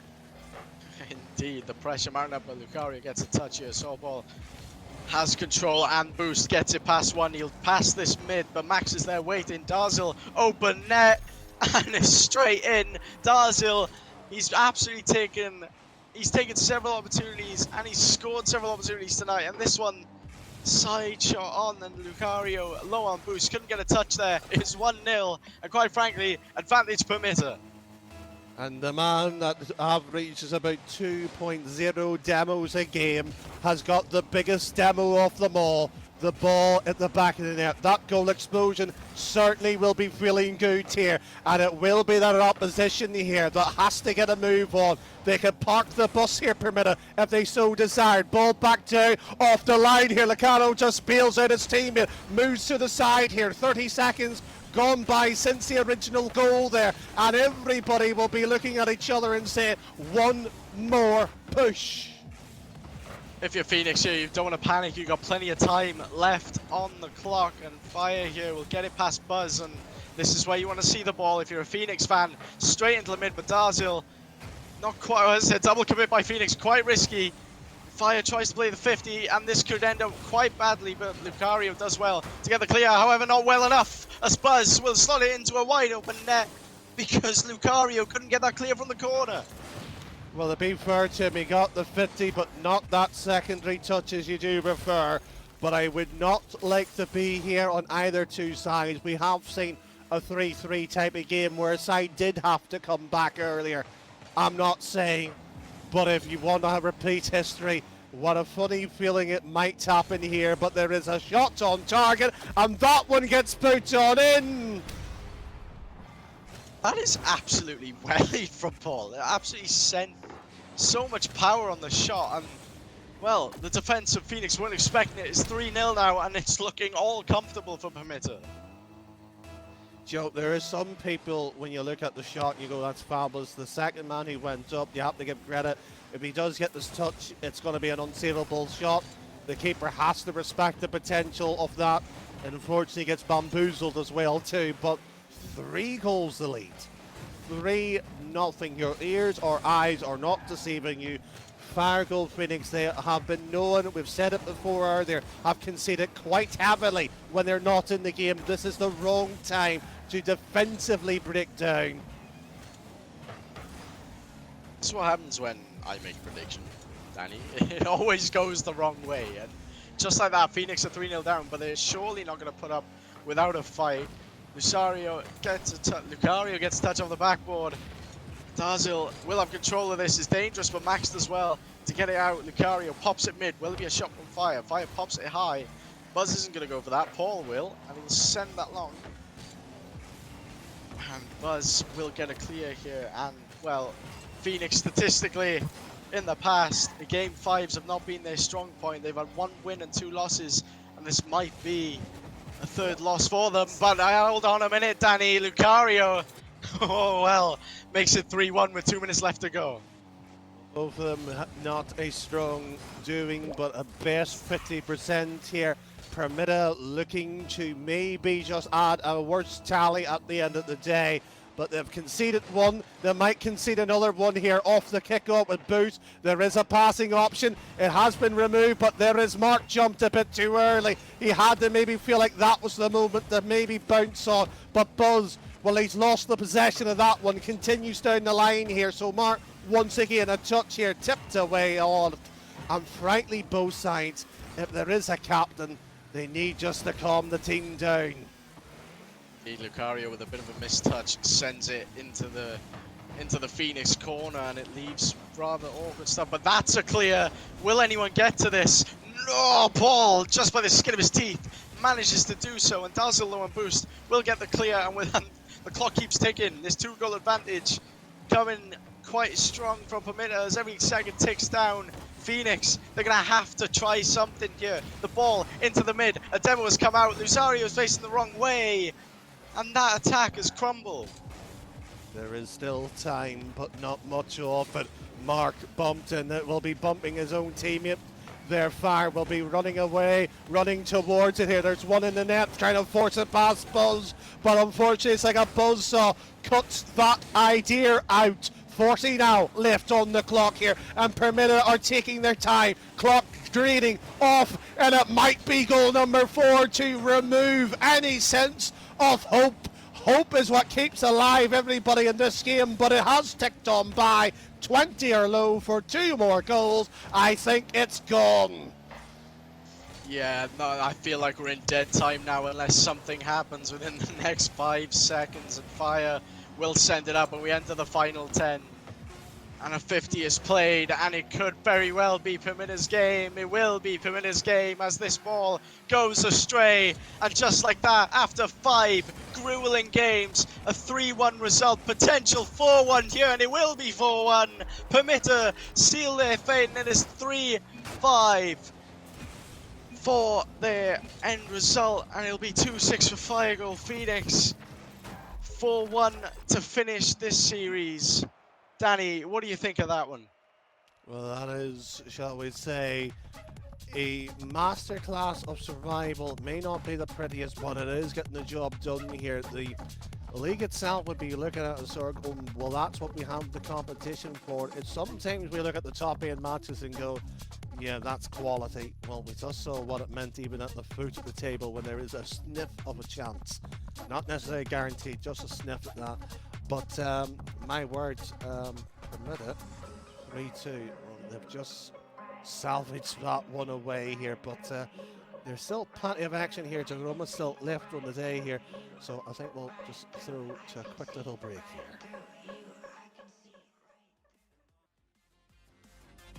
Welcome back, everybody, to the Awaken League Week 8. It has been 2 games already tonight that have gone very different ways. Ladies First beating Zeno Esports 3-0, and of course FireGold Phoenyx losing in a game 5 to Permitta Swiss. And now we switch to have a look at Team Solid taking on VisionGaming. Hello everybody, my name is Rhino, and I am joined by the man, the myth, the legend, a good friend of mine, and I'm sure you will all enjoy his casting and his analysis. Subzan, pleasure to have you, man. How are you feeling? I'm feeling absolutely great. Thank you, Rhino, for introducing me in such a beneficial a way. But yeah, it's been a good couple weeks since I've last casted here in the Awaken League, and a lot has developed since then, since I last was on here. And getting towards those playoffs races now, it's crunch time for a lot of these teams, especially pushing towards those lower echelons of the qualifying games for playoffs, trying to get to that top 6 to get through to that final bracket. And a lot of teams with it all to play for, a lot of teams still with it in their hands, but they need to start performing, and it needs to happen right now. It definitely needs to happen right now. The way that the league is currently shaping out is very interesting indeed, with Ladies First picking up that win. They now go level on victories with Team Solid. So Team Solid need to win today in order to push further forwards and really try and get that playoff berth that they desperately need. However, on the other side of this game, VisionGaming, they are already on 4 victories. If they get a win here today, Subzan, they will guarantee themselves to be heading into playoffs in a couple of weeks' time, and they still have a week to spare. So pretty good season, you have to say, for VisionGaming so far. 100%, you know, the opportunity to get yourself into playoffs with still time to spare puts a lot of weight off of your shoulders, and then from there you can just sort of play for that momentum gameplay to kind of carry that through. Once you actually get into playoffs, make sure you're in the best possible form for that bracket, because that is where it all matters. League play, at the end of the day, as much as you can say it all matters there, once you get to that bracket, that's where you leave it all out on the pitch. And you would think for teams like Vision, like Team Solid, the teams that we're seeing, and even the teams at the upper echelons, those first and second seeds, it's all for playoffs, and that's where you play everything. That's where you put your heart onto the field. And these players will need to put their hearts onto the field today, and I think we are going to get things underway. The players are in, the production team are in, so it is time to get this game underway. VisionGaming versus Team Solid. VisionGaming playing for that playoff spot Team Solid looking to give themselves a little bit of berth to get away from the rest of the pack. Who will take this series? We will find out within the next 5 games of Rocket League. Subzan, take us away. Yep, 5 games. It's not quite the marathon of a best of 7, which means game 1 often will end up being the most pivotal game of this series. Frankly, you do not want to lose early control of the momentum to your opposition, especially in a position where you do come into this as a potential underdog. So frankly, you need to put your best foot forward, and if there's one player we can look towards to do that, it is Flo. Highest shooting percentage in the entire league right now, putting in a total of 40% of shots that he does take. He might not take, he does take quite a lot of them, and when he does take them, they go into the back of the net. He's a dangerous force that will need to be dealt with. Certainly will. He was taken out early on. He is back there now as a third man, pushing forwards, takes it past Darius. Retux on that side wall. It's going to be Celt pushing forwards, so they may be looking for a double touch, won't find a teammate, and Retux can clear the lines for Team Solid, but already it seems VisionGaming are looking for that aggressive offensive playstyle. Retux waiting on that back wall. Does going to come through. It's Celt to send it away. Flo has a chance now. Can he pick out a teammate? It's a massive challenge by Dixer. And now it's going to be back to Celt on the back lines, trying to find a pass downfield, but with no real teammates to look at, it's a very defensive setup for VisionGaming as now they start to move forwards as a team. Yeah, it is, and you know, it has to be sort of said about the stat lines that we've been looking at. Team Solid is quite a defensively minded team, averaging just over 5 saves a game is this roster. So it truly is a matchup of offense versus defense. Some say that, you know, defense wins championships, but when the offense is as potent as VisionGaming's is, that might not necessarily be enough to make it by. That was an awkward save there for Mackie, but he does get that fake away. Now has a little bit of control, but with not much boost. Sees that play fizzling out quite early. Now Celt to the side wall, up, but again blocked out by Dada, and the ball is now once again back in VisionGaming's half as they look to build a counter-attack out, but they need to get out of their own corner first if they want to make this happen, and Retux consistently cuts that one away. Now Dada on the side, midfield to Dixer, but Mackie there first. Now Flo chooses not to go, and again, ball stuck in the midfield as both teams looking for a way in. Yeah, it's quite a cagey game, there's no doubt about that, with both teams kind of trying to feel their way into the game, no one really wanting to overextend. Flo actually is going to pre-jump that one. Oh my goodness, onto the crossbar, very close. As Dixon now going to come forwards back the other way. Mackie, 0 boost. Able to put up a 50 though. Celt on this left-hand side has Flo in the middle if he can see him. Won't find that pass, and it's Darius now trying to bring this one away. Mackie challenging early. Dixon now passing out to Darius. But it will be Dixon to pick it up once again. Neither of these teams have figured the other out yet, I think it's fair to say. They've not got their offense rolling.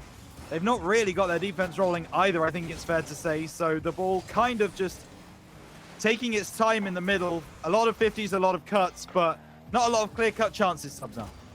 No, not at all, and you can see that in the stats. Only 3 shots in total so far between the two teams. 2 coming out from Dixer, 1 coming out from Flo, and that is all that's been registered so far, with 3 minutes 30 almost played on this clock now. It really still is anybody's game, but someone does need to find that go-ahead eventually. And there's a bomb from Cell. Flo flip reset, not quite on target, and Mackie couldn't get that one through, and now the counter-attack might be coming in. Good pinch there from Dixer. Cell has to dive early. Now Darius, he's beat out, but Retux is there. Darius on the backboard, looks to try and get that redirect down. Can't. Dixer now shot. Net is open, but Cell just about there as the shot was not quite connecting on target. But the offense here coming out from Team Solid, it's still potent, it's still real, and it needs to be defended, but no answer was found for VisionGaming. And Dixer gets the lead, 1-0, 1 minute 11 left on the clock. Yeah, I mean, you could just tell that Team Solid were increasing that tempo time and time again, and to the point where they just camped really in the VisionGaming half for a good minute or so. And now VisionGaming have it all to do to come back in the series. It's Darius to try and put that one down. Celt only as far as Retux, has a chance to double the lead for the side of Team Solid. No teammates in the middle to find though. Mackie clears away. Darius not getting the touch that maybe he would have wanted or expected. Celt now got 2 to beat. Does get a good 50 onto Dixer. Flo will rise highest off the back wall. Mackie not in a position to take advantage, so we'll pick this ball up in halfway. Gets past one. Won't find it past Dixer. Celt getting up early. Pass back to Flo. Has a chance to fly. Saved away. Darius going to be there in that top right corner. Flo looking for another chance. That one's only going to be as good as the back wall. And VisionGaming have really started to push forwards and aggress a little bit more. But is it too little too late, Subzan? Could be indeed. Flo will consider that the exception and not the norm. There is 4 shots without a goal in this game 1, but 10 seconds left still on the clock, and the ball in the orange half. It's unfortunately the wrong side of the field here for the side of VisionGaming, and now all they need to do is put this ball to the ground, but the ball is lofted up here by Team Solid. Might be a little bit of a self-imposter here, but now Cell, he's got a flip reset, but looks really awkward. Flo, shot. Darius, that's a good clear away from here as Mackie has no boost. Can't make that contact, and Team Solid get game 1. Team Solid came in here as the underdogs. I think it's fair to say 3-4 on the season. And VisionGaming sit 4-3. Obviously, if Team Solid win this series, they go even on 4-4, both of these teams.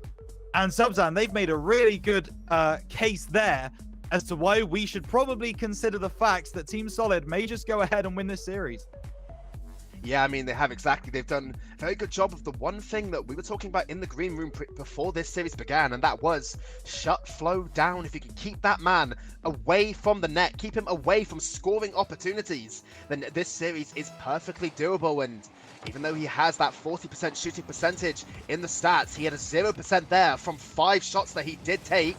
It's a performance that he's going to want to improve upon in this game too. But right now, Team Solid, all they need to do is just stay true to the course. They've got a game plan, just stick to it. Don't bother fixing what isn't broken, and this might end up going their way. But there's Flo now on the ball, but really awkward. Sees his only option, dropping that one to the floor, and Retux was there to capitalize on it. Now Darius, the shot off the crossbar. How's that one gone through? I have absolutely no idea. Retux passes this one inside. Darius gets up well. It's powerful, but I think maybe there's a case to be said that Maki just kind of ball watched it in his own net. And Team Solid, they take the lead in game number 2, and where a lot of people would have predicted VisionGaming to come through and win this one, it now looks like it could be going the other way. And oh, that's a great demo chance, but Darius will get there first. Flow back into the middle. Dixer at the near post. We'll be sending that one away for Team Solid. But you said something really interesting, Subzan. And that is that, like, don't fix something that isn't broken.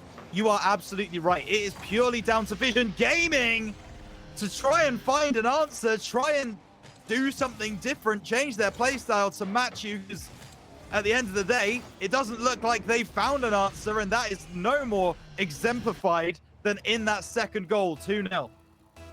No, currently they're looking in the dictionary for the meaning of the word answer, and right now the only thing that they are finding in that answer booklet is just the picture of Retux. Absolutely brilliant performance from him and the rest of Team Solid so far, but still with 4 minutes left on the clock, you really need to think that VisionGaming will have the ability to make this comeback if they can figure out how to take down Team Solid, how to counteract this strategy that they've come into this series using. But right now, yeah, don't fix what isn't broken. As I said multiple times, keep Flow shut down. They did shut him down just there, but they couldn't shut down Mackie on the follow-up. Yeah, I think that was a double commit of that front post, right? Oh no, it was just someone flying across from the midfield line. Dixer unable to get back in time, and all of a sudden, VisionGaming have a goal back. Now, we do have to say that VisionGaming may not feel especially concerned about this situation, because of their 7 games that they've played, Team Solid, they have won game 1 5 times. And of those 5 times that they have won game 1, they've actually lost 3 of them. They've lost over half. So there is still plenty of time for VisionGaming to get back in this one, because it does feel like so far in this Awaken League season, Team Solid have started really well and then just kind of fallen off as the series continues. Flo looking for a double touch there. Cell gonna go up, does get that one for the dunk. And just as they were 2-0 up and looking good, VisionGaming find a response, and it's 2-2.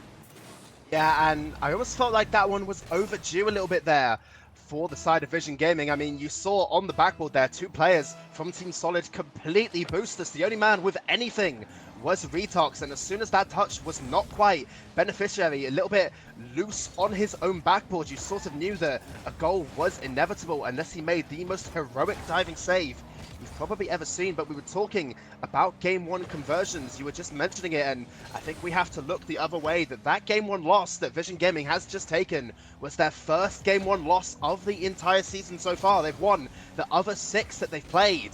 So they've yet to have to play a series from behind. Now, this is evidence. This is evident to the fact that they can find that answer when they are behind. As Celt does get in that third from Flow, and they need to keep this one up if they want to keep this series in their hands. Yeah, for sure. Celt getting that goal, and from 2-0 down, VisionGaming turned this one around just about on the halfway mark. Team Solid now not looking particularly solid on defense, as this one has turned on its head. Ball into Dixer, has to send this one away. I have to say, I've started looking at Team Solid's boost levels, and it does definitely feel like they've been boosted out a little bit. That's Maki having to make a last-minute save, but doing very well at that. Retook turns that one around. Celt will get there before him, into that corner. Darius trying to challenge, up onto the ceiling. Maki gets there first, and it will be Dixer to try and stop this attack coming in from VisionGaming, and the Celt whiff will ensure that to be the case. Retook goes over the top. Celt just about getting back in time, but this game is becoming more and more open as time goes on, Subzan. Yeah, it is indeed, and I like the point that you brought up about the boost amounts here for, you know, for Team Solid, and I do have to agree with you. When, you know, VisionGaming are getting the amount of boost grabs that they are on this side. Oh, hang on a minute, before I go to that point, what was that? I believe that's what we call in the business a flow special. That redirect is absolutely bananas. Absolutely bananas, as Flow there almost certainly making his way back onto the top 5 plays of the week, which you can go and watch right now on the Awaken League YouTube channel. Plug, as it's going to be Flow finding that one into the middle. It's Dixer to send it away. Darius trying to find something here. It's going to be Maki to collect, pass into Flow, looking to pass back to Celt, and they clear their lines so easily, so effectively.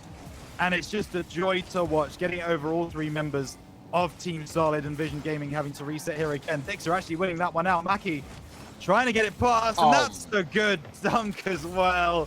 Maki makes it 5, and I think that may just be the series all tied up, Subzan. Yeah, I mean, if this is me in a ranked game, I'd throw up the forfeit.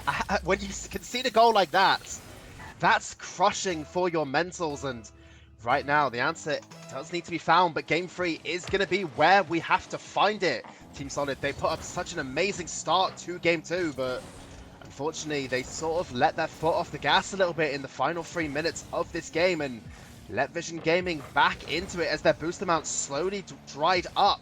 Like a little bit of a drought, desert is what they're currently sitting on for their boost amounts, but they are currently sitting there quite actually healthy. But 2 players now boostless again. Retox, he's the first man up to that one, but Flow should have an easy job beating him, and he does. But Darius is there first to it, but no boost to complete that follow. Dixer has to go, and now it's a 3-man counter-attack, but Celt look for the bump instead of committing to the pass. And now again, it's a chance for Team Solid to move this one upfield, gain at least 1 for the road for some momentum, but that will not happen as the ball is on their side. Dixer double tap to the side as the ball drops down, and we now see ourselves 1-1.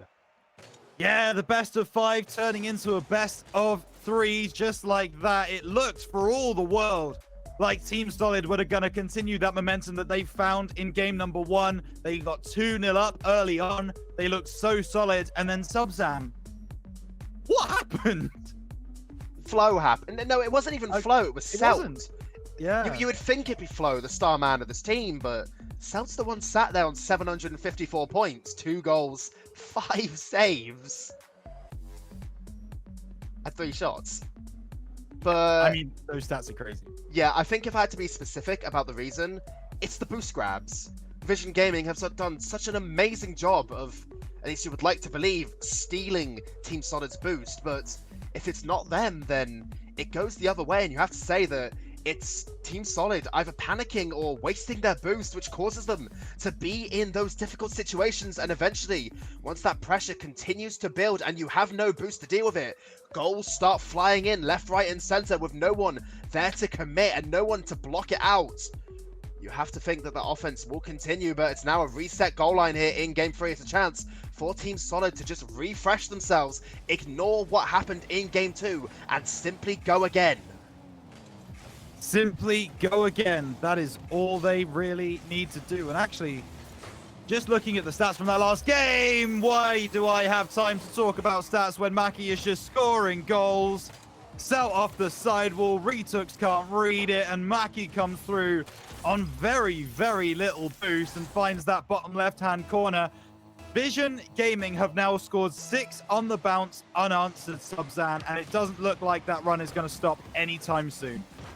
Yeah, no, but, you know, you didn't get the chance to talk about the stats, so I think I will, and Go having ahead. a look at it, their boost per minute, both of these teams, about equal, which does say to me that, unfortunately, it's looking like it's the latter of the 2 points I brought up. It's not necessarily that the boost steals are coming out consistently from the side of VisionGaming, although they have got more control of the boost than Team Solid do. It's more looking to me like, you know, Team Solid are wasting their boost once they've got it, maybe to attack offensive plays that can't really develop, or maybe those double commits that are caused by panicking defenses that mean once you go for one ball on that defense, you sometimes will waste 50 boost per person, and when it starts coming as a premium, once an attack starts being more potent, then that 50 boost that you waste on a simple harmless double commit, it suddenly comes back to bite you.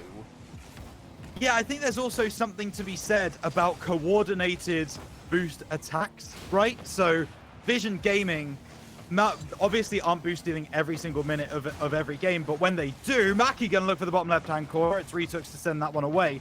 But when they do, they use that to their advantage, right? So that when they're camped in your half, that's when they start boosting. That's when they start making sure that you're getting starved as much as possible. When it's the ball's kind of flailing around in the midfield, it almost doesn't make too much of a difference.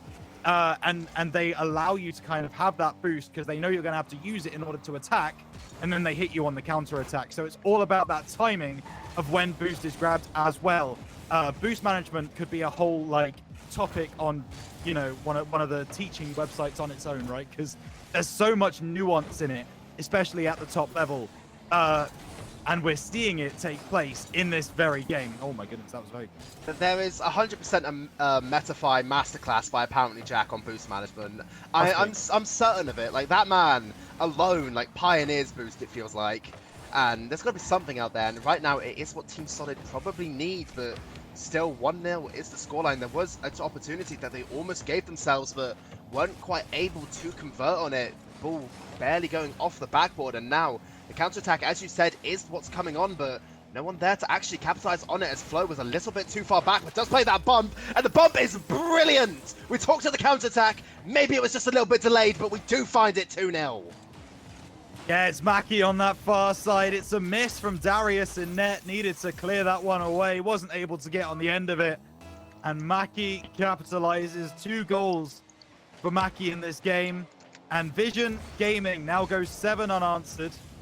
As I don't really want to keep tracking this stat, if I'm honest with you, Subzan, but it is getting very, very interesting in that Team Solid have not scored for a very, very long while in this series right now. And they've got such a history of going to Game 5s across this season, and that is looking less and less likely, although this is only Game 3, of course. There is still a minimum of 1 more game of Rocket League to be played between these 2 teams.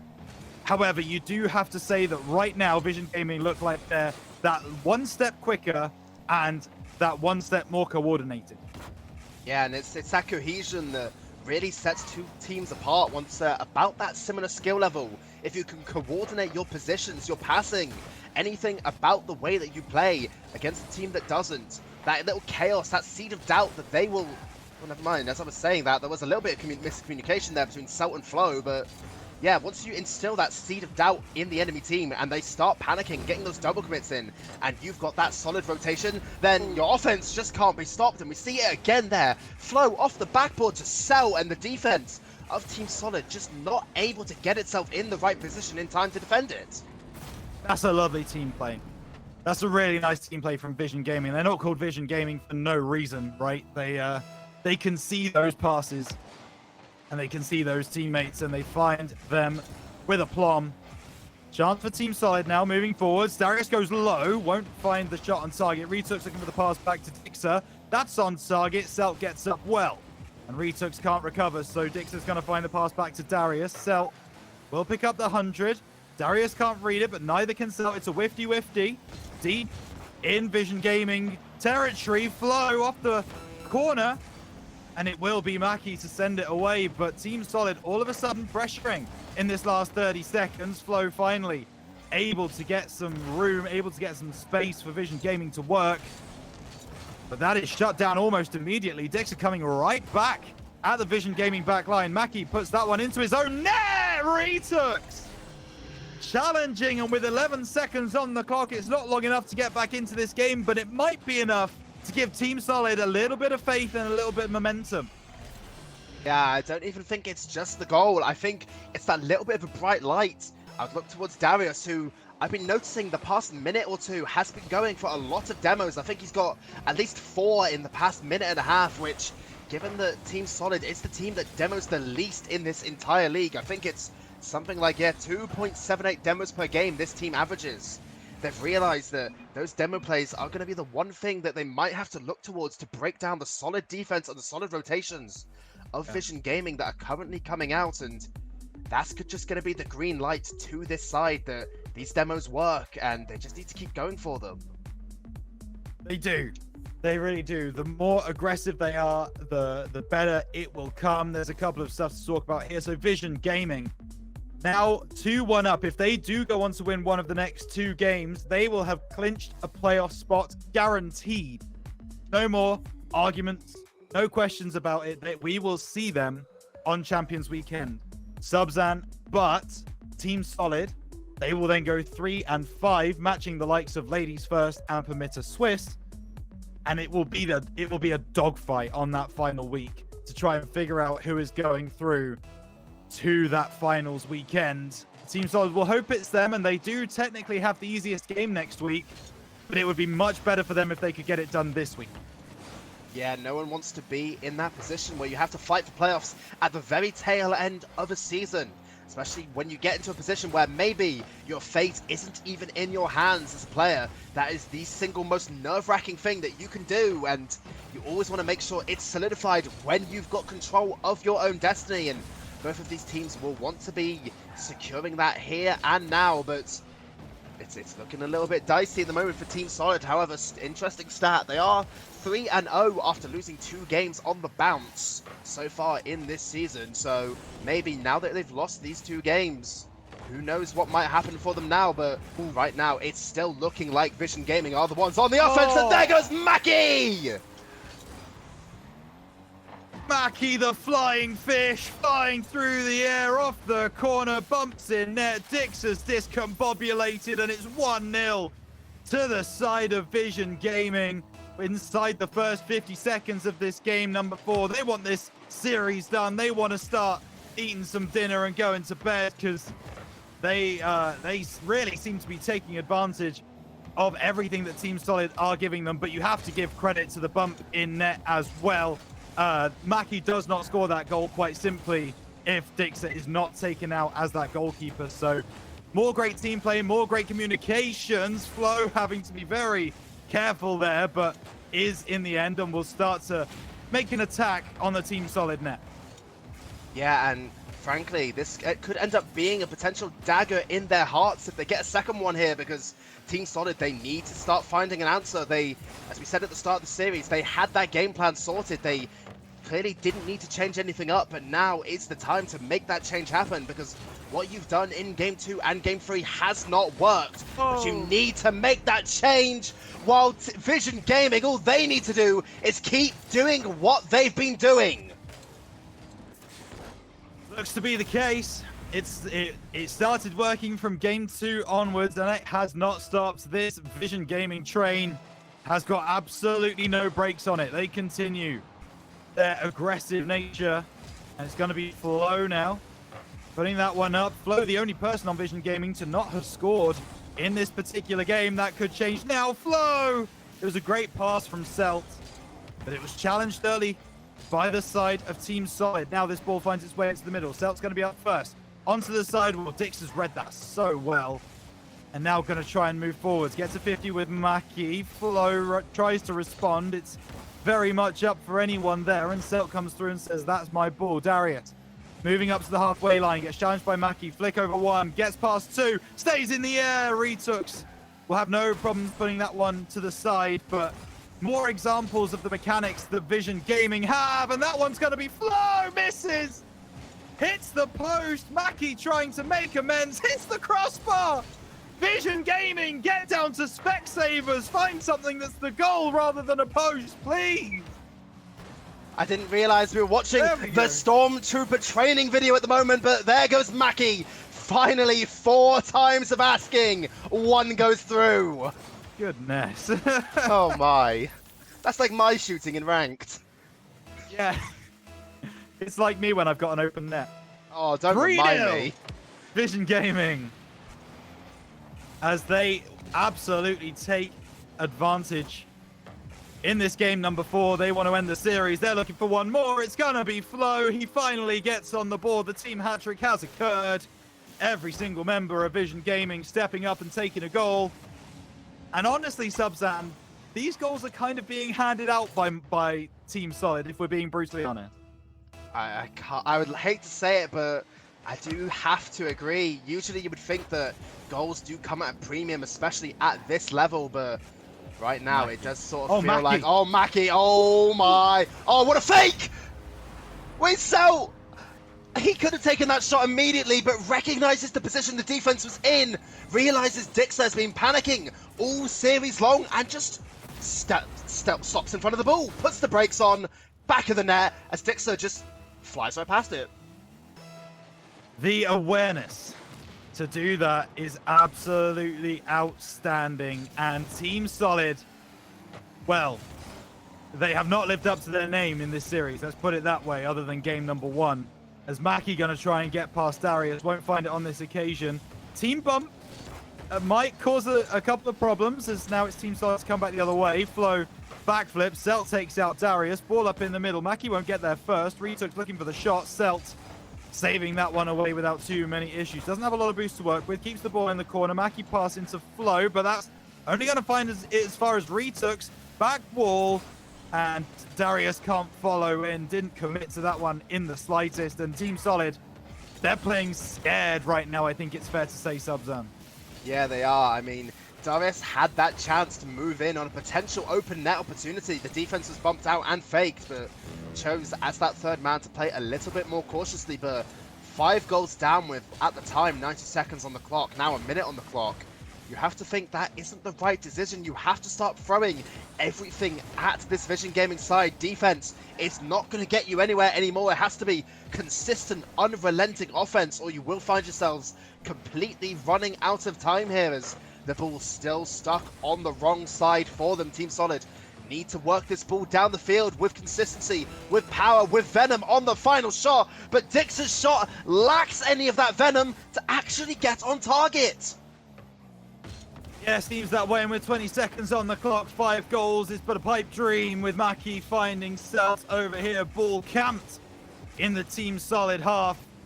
This series and this game is all but over, as Team Solid, I think they're aware of that. Ball's gone, oh my goodness, Celt off the back wall, looks for an absolutely mental redirect, only hits the post.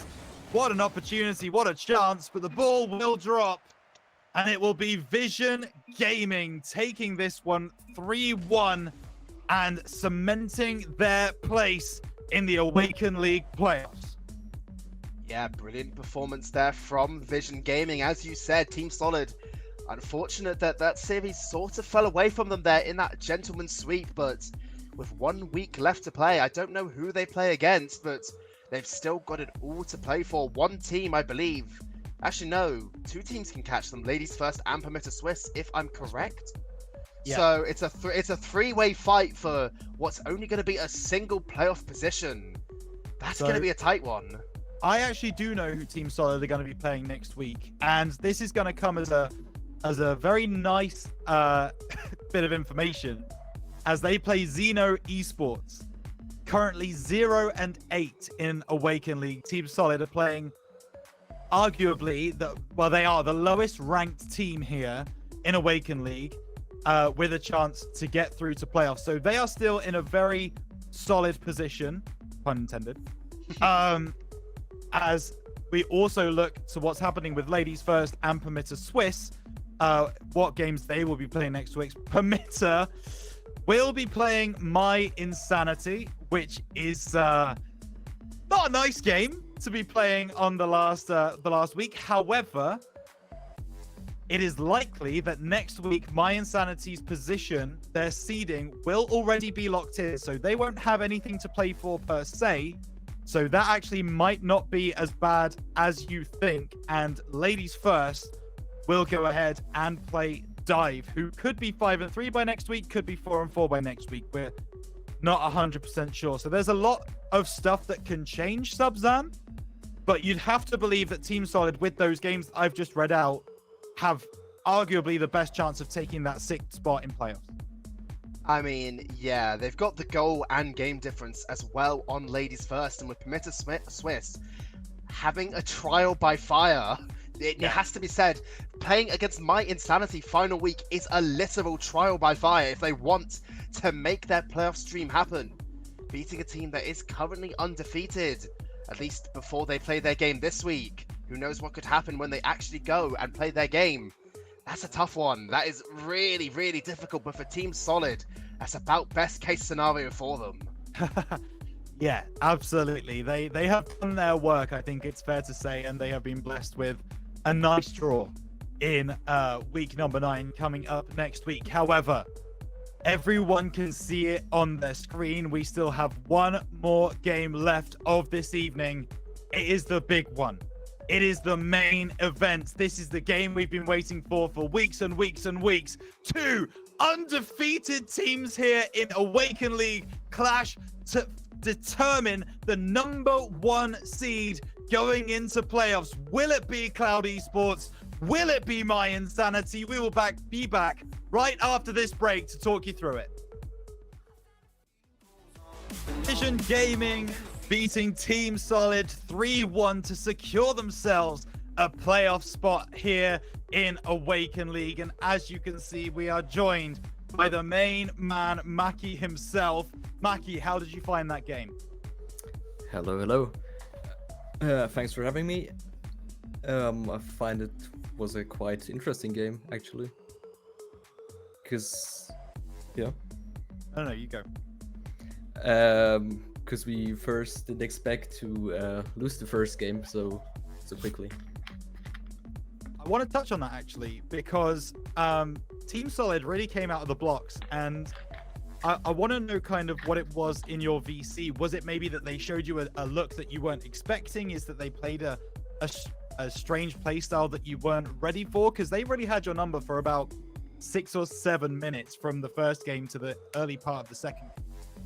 Yeah, we were quite confused in the first game, but after that we were just focusing on playing a bit slower and doing the right 50s in the midfield. Yeah, absolutely. Well, whatever you did to change it, it sounds like that's what the change that you made. It really worked, and you guys are going to be going through, as I've said, to go to that playoff game, which is awesome. Congratulations, of course. That's what this league is all about.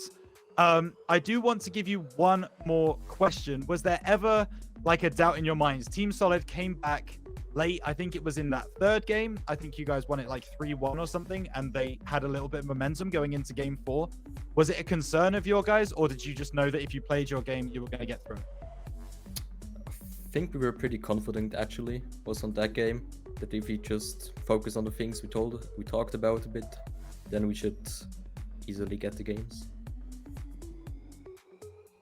I guess my question coming to you about more the team as a whole, and this might be sort of beneficiary for playoffs as well. Now, obviously stats-wise, Flo, it does seem to be that main striker for your roster. Is that something that you guys have kind of come together collectively and agreed that you're going to facilitate him, or is that just almost a product of the talent that Flo has?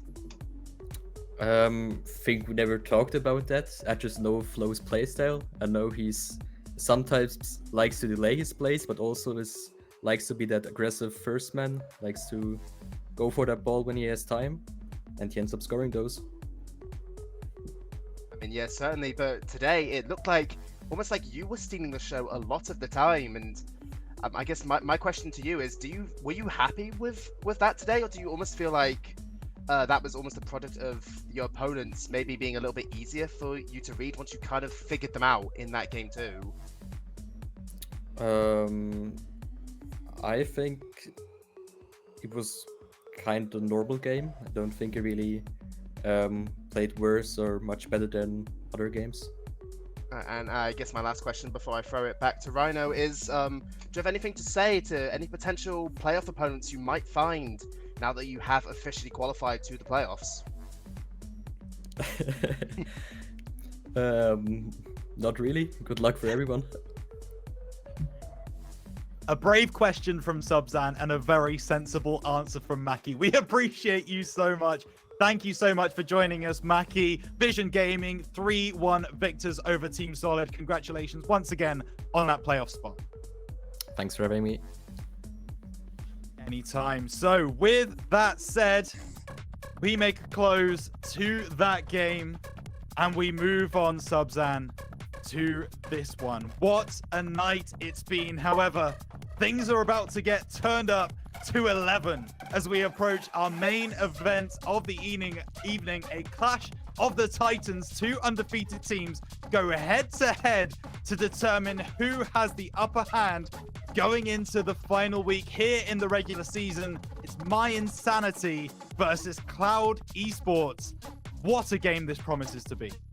Oh, it certainly does. As you said, the two undefeated teams, the only two remaining in the entire league, 7-0 is the records they find themselves on. Cloud taking it currently in first place on tiebreakers with a higher game differential and a higher goal differential. However, with the two teams now clashing at this moment, it will very likely, with only a single week left to go, determine who gets that first seed in playoffs and who will have to settle for second. But 3 wins clear of third place. Realistically, both of these teams have secured themselves that bye, and maybe, just maybe, one side might see the other side of the bracket a little bit easier, and maybe second might actually be a viable option for them.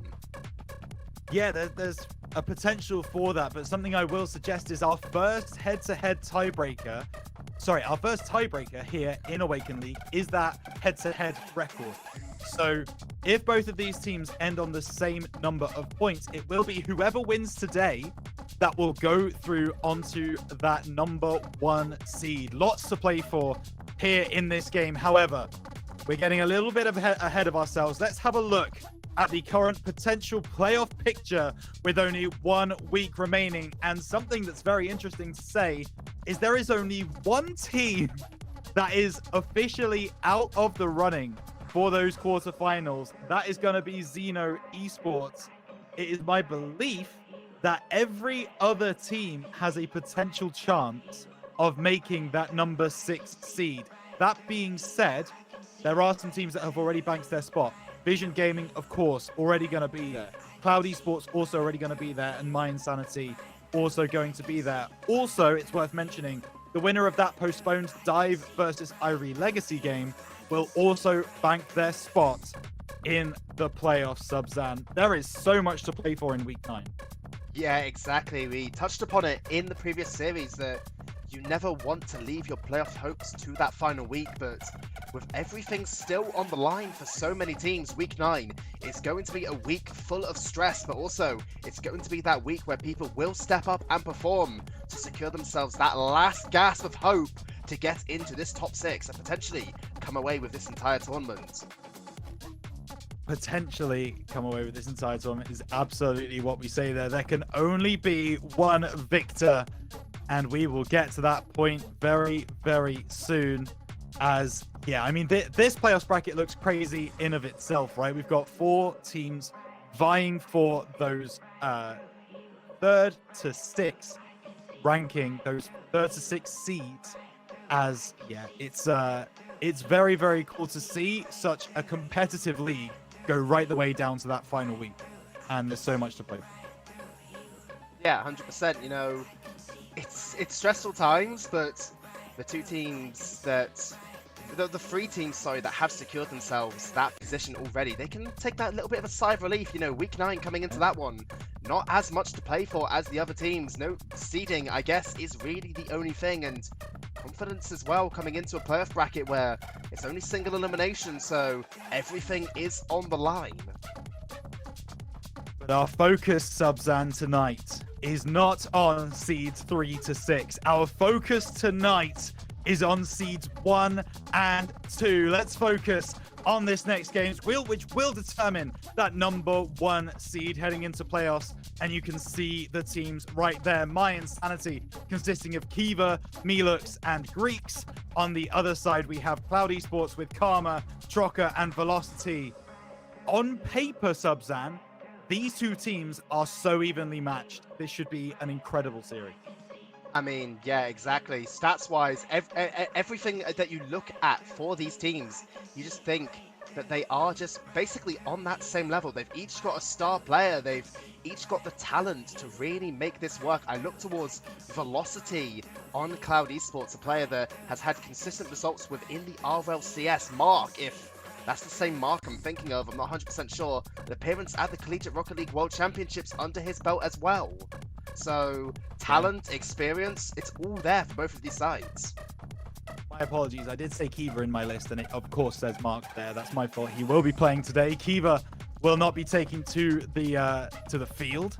However, these 2 teams, as you've mentioned there, have played at such a high level of Rocket League, and they have done throughout the entire season, which means that their stats look incredibly close. Let's take a look at a comparison between these 2 teams in those stats as we take a look. Right there they are on your screen. Subzan, I want to talk to you about which of these specific stats kind of jumps out to you as a big difference between these 2 teams.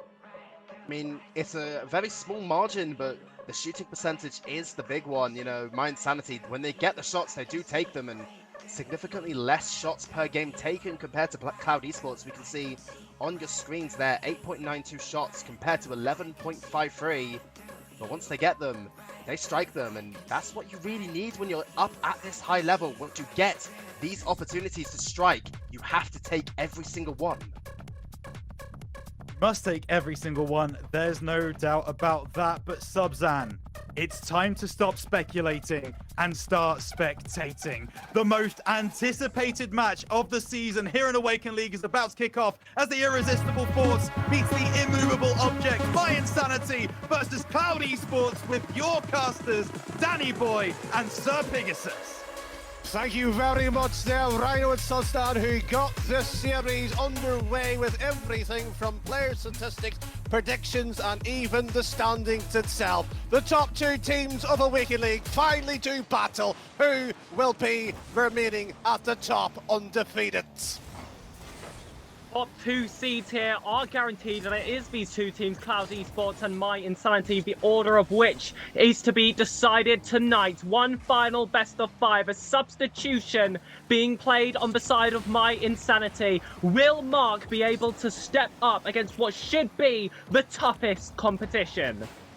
Well, we'll certainly find out here. It has been a long evening for the players, productions, and even the viewers building up to this moment. 8 weeks it has taken. It has formed quite nicely. We thought maybe one would be dropping. mYinsanity at one point, near enough, got beaten earlier in the seasons, but that has been put behind them. It is up to these 6 players to keep the dream alive here. And Melux, the former runner-up of TCS, the former Swiss league itself here, the top of the branch here. We have, of course, the former Insomnia 72 winner onto the pitch as well. It is littered with silver and gold medals, but there is only one thing they want to win more right now. Of course, first versus second Karma is up, wanting that double tap, double commit coming from the mYinsanity defenders. It was that third one, Mark, who was able to keep it out of the box here, and they're going to have to continue contesting here in this corner. Greeks has gone up for that one. Mark, though, low and boost. As is the rest of the mYinsanity defense. Cloud Esports trying to get an early lead, but mYinsanity have done well to deny. Well, there is a potential save not coming. It's Mark who grabs the opening goal. mYinsanity takes the lead in the match that everybody has been waiting for. And there's the first goal. Trucker is just caught slightly off there. He's gone far forward. He's just had to try and predict that shot being flown at him. But the substitute himself has been able to open up the scoring here. This game just full of surprises. But these two teams have only lost a maximum of 4 games. One team is going to have that double, and it's looking like it's going to be Cloud Esport. It's far too early to save that one, my friend. Cloud Esports have they yet to warm up. We will find out quite shortly. Season 9, Season 5 winner, in case even Awaken League winner. Of course, we're talking about Karma, who has yet to put a goal behind the net. The likely team or likely player from Cloud Esports to do so. That has yet to occur. But yet, mind you, is a key word in this game. Oh, absolutely. We're not talking ifs, buts, or maybes. We're talking absolute. We're here for the gameplay. We're here to decide who is the best player in this league. Mark does try to contest for this one, but Velocity's touch does keep this ball forward. And you see Milox.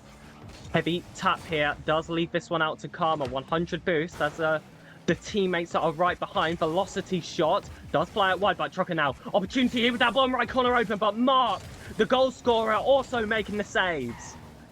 Karma, ball at his fingertips, hasn't went middle there. It has been tipped away, infield it goes. Velocity will be hoping for a better pass next time, but Cloud Esports, they have got the idea, not the execution, but what a save. Milox to lay it off here, and what a defensive save. It was tracked back at the last moment. mYinsanity could have been up by 3, but the more important bit, they didn't concede. Oh, absolutely. All that matters is that goal difference is in your favour by the end of those 5 minutes, and they're looking to extend it. Greeks open backboard, tries to get the read. Crossbar post. We're playing bingo with the woodwork, but Cloud Esports do still stay ahead. One touch into the middle, Greeks to turn on this one. It was a tad sluggish, but nonetheless here it has been pushed forward here. Mark up into there, sailing and down. Karma to tip it high up here for 1 minute and 40 is what's left on their clock. But it is more importantly, as Pegasus was alluding to, that too by mYinsanity is more precious here. Velocity with one touch of the back wall should be followed through here, tipped away, and mYinsanity will be smiling at the better of the two here.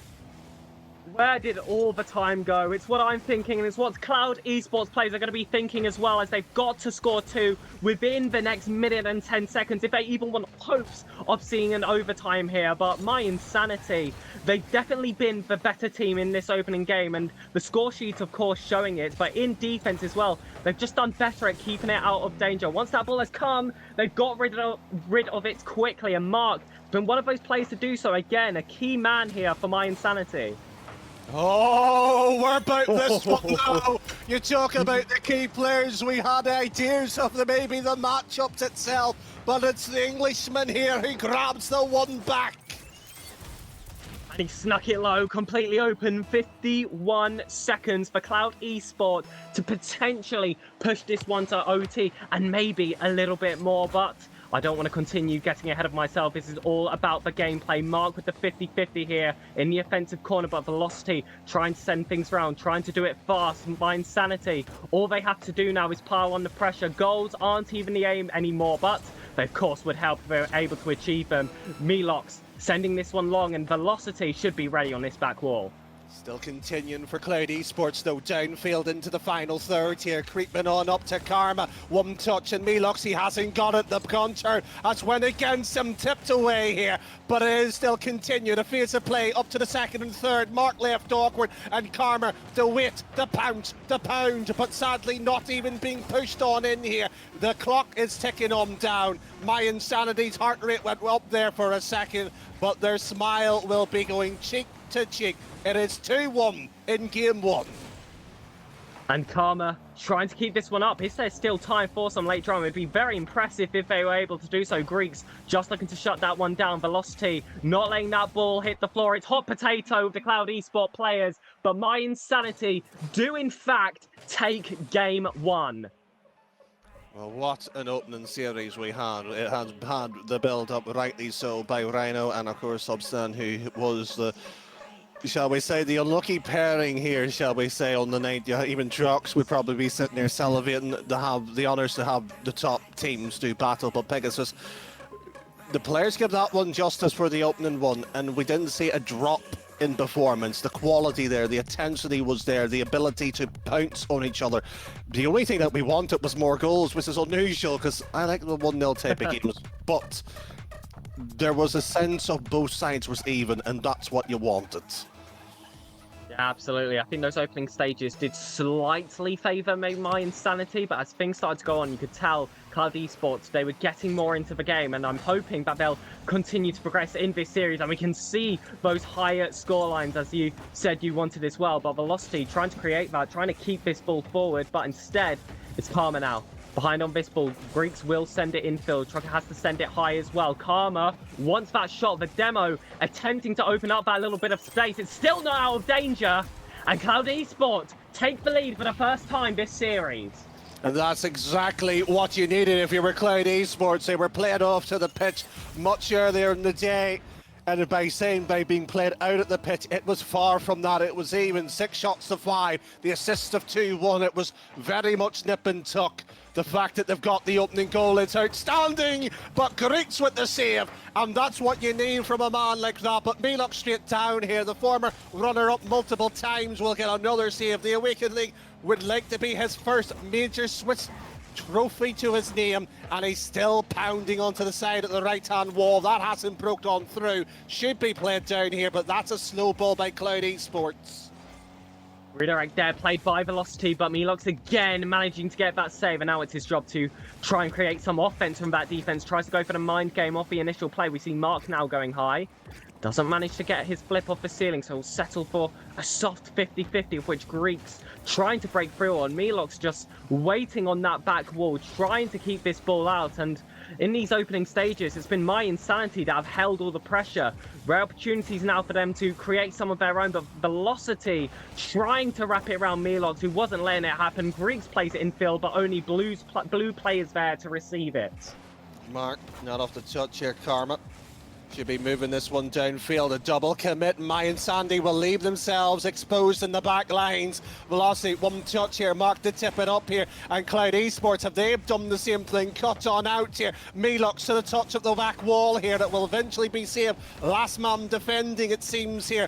Both sides are willing to play with acceleration, but Mark able to slow the touchdown. They continue with the second. The third hasn't happened. And another one by Cloud Esports puts it back into the final third. It is tight enough between these two. They're not even leaving a blade of grass between each other.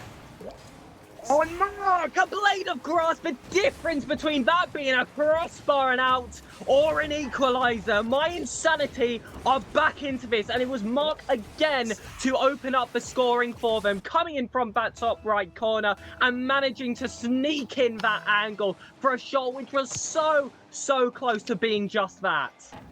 I thought this game was done with surprises. I thought that that one was maybe creeping on out, but yet again, we play it out for that reason alone, for those moments as that one moved down. mYinsanity to continue, passed over. Greeks has taken the wrong turn, so it will be Cloud Esports. The turn with the face of play. That's idea gone. I've been casting this game, what, over 7 years plus here. I've been playing over 15. Even I'm getting caught out guard by these two. And it's Karma again at that front post, making that same. mYinsanity a rare miss in this series. Greeks has to recover, but low on boost to do so. Those physical plays coming out again. Cloud Esports, when they last got a demo in those kind of positions, they were scoring off of it. That one so close to being believed, but their offense not over yet. Trucker wanted to play that one off the back wall, but Mark now infield does try to fake the first. Greeks is there as the second. The bump was played. Trucker's alone, but Greeks does not waste that opportunity. mYinsanity is liking this game more than more. You can just tell it by the way they're playing. They might fancy they've got Cloud Esports' number. You've got to ask yourself at this moment in time, what's going in the comms right now? There has to be something more. There has to be something more from Cloud themselves here, because it can't keep happening from one player. Velocity himself here has done an excellent job offensively. Yes, the defense is there at times, but the generation of actual output on terms of shots needs to be a tad bit more to give themselves hope. Absolutely, and this has been a series that has felt deadlocked at the best of times. Goals do feel rare, but we might see another one here unless Trocker can knock this one up, and it just makes every single one more valuable. 1 goal difference in any other series, that's easy to come back from. You have a better mentality when you're with the 2 best teams in the league. That task becomes so much more tough, and it's doubled. That is fabulous. That is making something out of nothing, making the defender think and question, and unfortunately Karma's not able to cover the gap. This game was built up to be arguably the best of the best. Right now, it's mYinsanity is the best. There is no argument so far here. Cloud Esports has been on the scoreboard, second best throughout by most of the statistics across the board. The only one they did actually have was game 1 in terms of the actual shot output, but that was marginal. That was only by 1, but it's again the quality, what you put on the board, and that one's off the post here, whipped away here. Cloud Esports, they have to survive the pressure, but even at that, isn't enough though.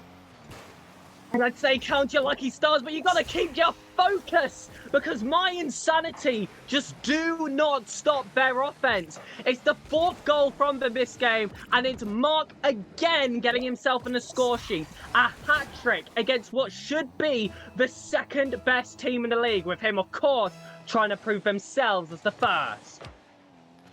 This is why we enjoy the league play format. It always shows a bit of class and wonder. I thought Kavert was going to be the likelier player of mYinsanity to play, but it's not. Mark came in and Rammercast him, what must be like 4 weeks ago, when he subbed in here, and at times there was question marks and maybe how that series was going, but in the biggest game of them all, arguably with one of the most experienced players in the Swiss scene taking a back seat, they've given it to Mark, and Mark and his friends of mYinsanity 2-0 up in the series against Cloud Esports. Who would have thought a sweep against the top 2 was likely tonight? Goodness. We said this was the 2 best teams in the league. We looked at them almost equal in every single stat. Surely this one would go to 5. Surely there's no hopes of a sweep. Here we are, Danny boy. mYinsanity 2 up, match point on the cards. Could you imagine the mental difference they could apply onto Cloud Esports if they were able to pull off this sweep? Because this is the matchup which was likely believed to be the grand final at the end of all of this. And if you can get that bit of a mental advantage here coming from this series, you want to be able to take it. In mYinsanity, they're on road to do so. Well, certainly so, and the dates themselves not too far away in terms of the quarter-final with the 4 teams below these 2 trying to do battle. That's still yet to be confirmed. I think there's potentially one, if I heard correctly, in terms of Sosan with VisionGaming going 5 and 3 being enough. Of course, there is a few results still tinkering around that could maybe spoil the party for a few others, but as you said, potentially the grand final and Velocity to get themselves on the board. There may be hope that this isn't a sweep tonight. This is exactly what Cloud Esport needed, just to quickly get themselves into the game here, but I was saying the same thing in game 2. They did get that opening goal, and then mYinsanity, they just stepped things up. This match still has plenty of time left to go here, and it can go in any direction, but Cloud Esports trying to bring things to their direction, and it's Karma now on the ball. Straight over with Greeks will be blocked on out here. Milox is awkward.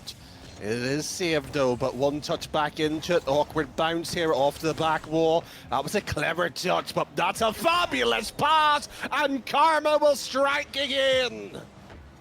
We said every goal was valuable. They already have 2 within 30 seconds. What a pass in field. And Karma gonna take that opportunity 9 out of 10 times. These are the 2 best team in the league. You give them an inch, they'll take it a mile. 2-0 now the score. mYinsanity, if they want it done in 3, have to step up. Well, there's still enough time, but mYinsanity has certainly put one. Greeks looking to smash a few plates as well. Celebrations with goal number 3, but it is more importantly within 1. Oh, so much left to be played for. This is a best of 5. It's a reverse sweep that Cloud Esport need, but it is much more doable than that of a best of 7. Anything here is on the cards. The Awaken League is witnessing their best series of the season. Potentially. Oh, there might be a few debates and conversations, but Mark doesn't want the idea of a reverse sweep. He loves the idea of making this one the best series for mYinsanity's sake. Oh, and it keeps on going. Within the first minute, we've got ourselves 4 goals. We said we wanted that goal fest heading into game 2, and well, there was a bit of a late delivery because here we are now in game 3. Well, that is fantastic. Maybe another one. Cloud Esports has not given themselves much hope. They've conceded 2 after leading by 2. Karma Velocity, 19 goals between them. And again, if you look at Velocity to assisting the third, it's barely been mentioned by myself. Troka with 15. There is, of course, the chemistry there. It has to be shown, but it may be a bit of brilliance by Karma alone. Not happened. Shut down, and Greeks is up to buy and another defensive save. You cannot play the entirety of 5 minutes on your final third, because eventually you will ask the question and you will receive the answer. A goal against you. Mark now sees all 3 plays in front, does manage to skip past 2, but it's now into those corners where he has to challenge Velocity, who snuck under now, stayed on the wall. It's a fantastic recovery and ball forward, but there's no play to get on the end of that one, other than that of a mYinsanity player. Mark sees Greeks in field. Karma already up for that one, already ready to charge themselves at this ball. Troka still going high, cannot give up. This goal could be the difference, but Mark not struggling too much to make that initial save. mYinsanity has to stretch a bit more for the second, and there might be a third coming. Well, the ligaments will certainly be requiring a bit of rubbing. Deep heat might be getting pulled on out from the old medicine cupboard, but this one with the shot snaking to the bottom right there off the net. mYinsanity, not an answer, but moved away. Shuttled from left to right here, over to Mark. Not getting anything moved across here, but Velocity with a touch here will be saved away here. Not happening just yet here between the 2. Off the back wall once more here, and Cloud Esports for the first time in ages have piled the pressure against what it seems to be the top seed. The leaders outright with the sweep on their doorstep. Velocity has an opportunity for the shot, but top left corner's there! And he snuck it through. Greeks on the goal line simply isn't enough. They came knocking for ages, and it was a bazooka through the letterbox coming from Velocity to finally put Cloud Esports back with a lead. In some different games, there is a bazooka, a grenade, a baseball bat, or even a poke. But this one here didn't need a turret or a shield. They just needed an Englishman with a cape. Velocity gets it. Mark over down to the side, but the mYinsanity up and down. mYinsanity for the first time, really. Well, the second in game 3, but they are against it. They may not have the sweep after all, but they have 2 match points to play with before they've got to consider game 5. But they do not have time to worry about. They've got over 90 seconds there to get that ball downfield and score a third.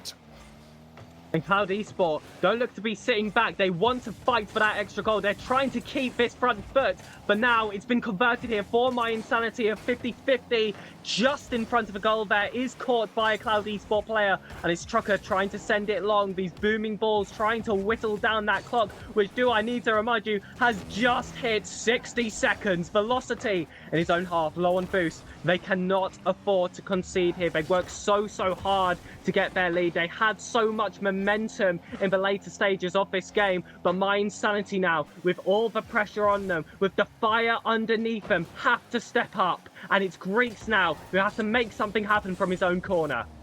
Fire in the belly, but it's been passed to the side. That's been whipped too early. Mark will be disappointed. Now we see the 30 in the golden text popping your screens. Greek to himself, not the altitude to get the ball off him. Mark to continue. That's a soft one, no bump here. So both sides trying to show each other what they're capable of in the air, but the ground play will certainly be asked a few questions. Drop down, and Cloud Esports will be happily sending a size 12 boot downfield, and Velocity will just see this ball be put to the air, and mYinsanity, a sweep is what they came for, but they will have at least game 4 to finish the job off.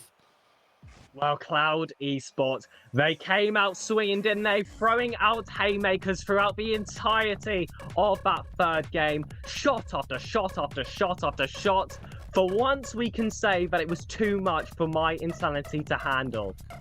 Well, certainly so, but you have to give credit here to both sides, and it's not often I normally do, but Cloud Esports here, it seems to be Velocity is the main man, and it's not to take the other two out of the picture here, but Cloud Esports have got to score early.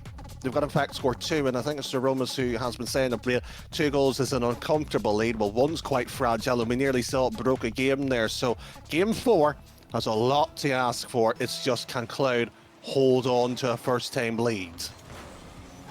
Still the case that if mYinsanity do win one more game, that's it.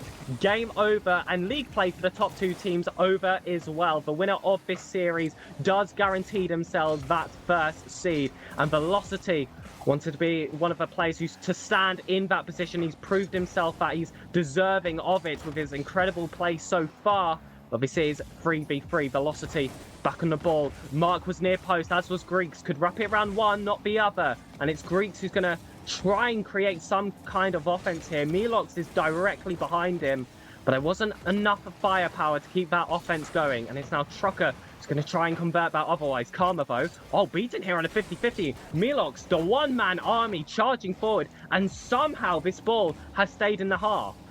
Oh, it is a 3v1 technically by Cloud, but they haven't played it well enough here. Karma, the force the 50. Oh, there is danger. There is a potential. There's a passing man, and that one's on target, and mYlox to whip it away. mYinsanity are fed up with Cloud having a bit of fun. Now it's their turn. Velocity, awkward here at that post, just has to send it along for Karma. Will try and collect it for himself here. Too challenging for this ball, however. mYlox back on, Troker in the corner, and it's just spent so much time in this Cloud Esports half, but mYinsanity haven't been able to find that ball infield yet. But when they do, I do believe it'll be the killer. These teams are efficient if you give them the opportunity. Karma. Oh, nearly. Shot will go in. That wasn't efficient, but it will be enough to wipe the door. And Cloud Esports says hello to a Game 5 decider. Oh my word, that assist from Karma. Low on boost, charged the ball for the first, and just had to feather their way to the second. And it was just about enough to assist Troker there. Inch perfect play, but that's the difference between these two teams. Mere centimeters. Sometimes the game will be sort by, of course, those fine margins, and will be tipped down here. Greeks the run back here, tipped into the middle. Well, it's actually in the corner. It will eventually go there, surely. This is the first time in a while we've seen Cloud Esports seem like their old selves a little bit there. Confused on what to do, but they've been playing fabulous through the entirety of tonight so far. Not the time to fluster your lines on the biggest stage. Absolutely, and Velocity hasn't been a player to do so, but he's run out of boost to stay contributing to that play. It's going to be mYlox now. Sees Greeks in field, but it just isn't enough. mYinsanity are fighting back from behind. If they were to lose this game, goes to 5, and that's either a reverse sweep denial or a reverse sweep. The momentum falling out the favor out of mYinsanity. They've got to get things back on track here, and it's got to start now. Well, one goal certainly changes the complexion. 2-0, and we look at that fifth and final game. If it goes 1-1, you could just almost feel that mYinsanity will grow even further as Greeks. They'll punt that one downfield. Blocked, no, but it will be certainly put into a player and the likes of Mark's capability to God. And what a punt! And mYinsanity scraped away with this one. And you've just got to get him out the net. If you can't beat the defense, get rid of them. And it was both Mark and I believe Greeks there who were challenging at that final third, trying to push out that Cloud Esports defense. They do get that equalizer. We said that one goal could change this entire game. Well, that's for the players now to decide if that's true. Palmer says otherwise. Laid off to Velocity. And a masterful save there coming from Greeks. And he's going to be needed again. Hold on. Another shot on, and it's so hard to keep focus. It's been such a fast-paced game, and Velocity, well, being the player of that name as well, keeping this game moving. Certainly so, Velocity with another play. mYinsanity forced into it. Greeks dipped away. 1-2, linking quite nicely. Mark's in the middle to lay it on all. Saved away here. You talk about this game being near enough too fast to read at times. It's been hot stuff. Even my glasses have been steaming so far. I'm even surprised that even I can view the game through the spectacle so far. And what an honour it is to witness a game of this calibre, but it is not over yet. Still results yet to be decided, both in this individual game and the series as a whole. Mark having to clear this one out. He doesn't want this ball to fall into his net, otherwise surely that's game over. We're reaching that kind of period where in this kind of series, where the next goal surely is the winner, and it's Cloud Esports on the attack. 2 defenders required to launch this one out, but Velocity look a bit awkward for that first ball. It does come off that back wall. The read not quite there for Greeks, and it's now Mark trying to send things forward, and it's 2 teams just booming these balls forward. They don't want it in their own third. They don't want to have to face the heat. Both looking to pile it on themselves, but what we're seeing instead, it's almost like a giant game of ping pong right now. Well, it could even get even more chaotic. Madness illumes, clock ticking, and it's winding down to explode back up.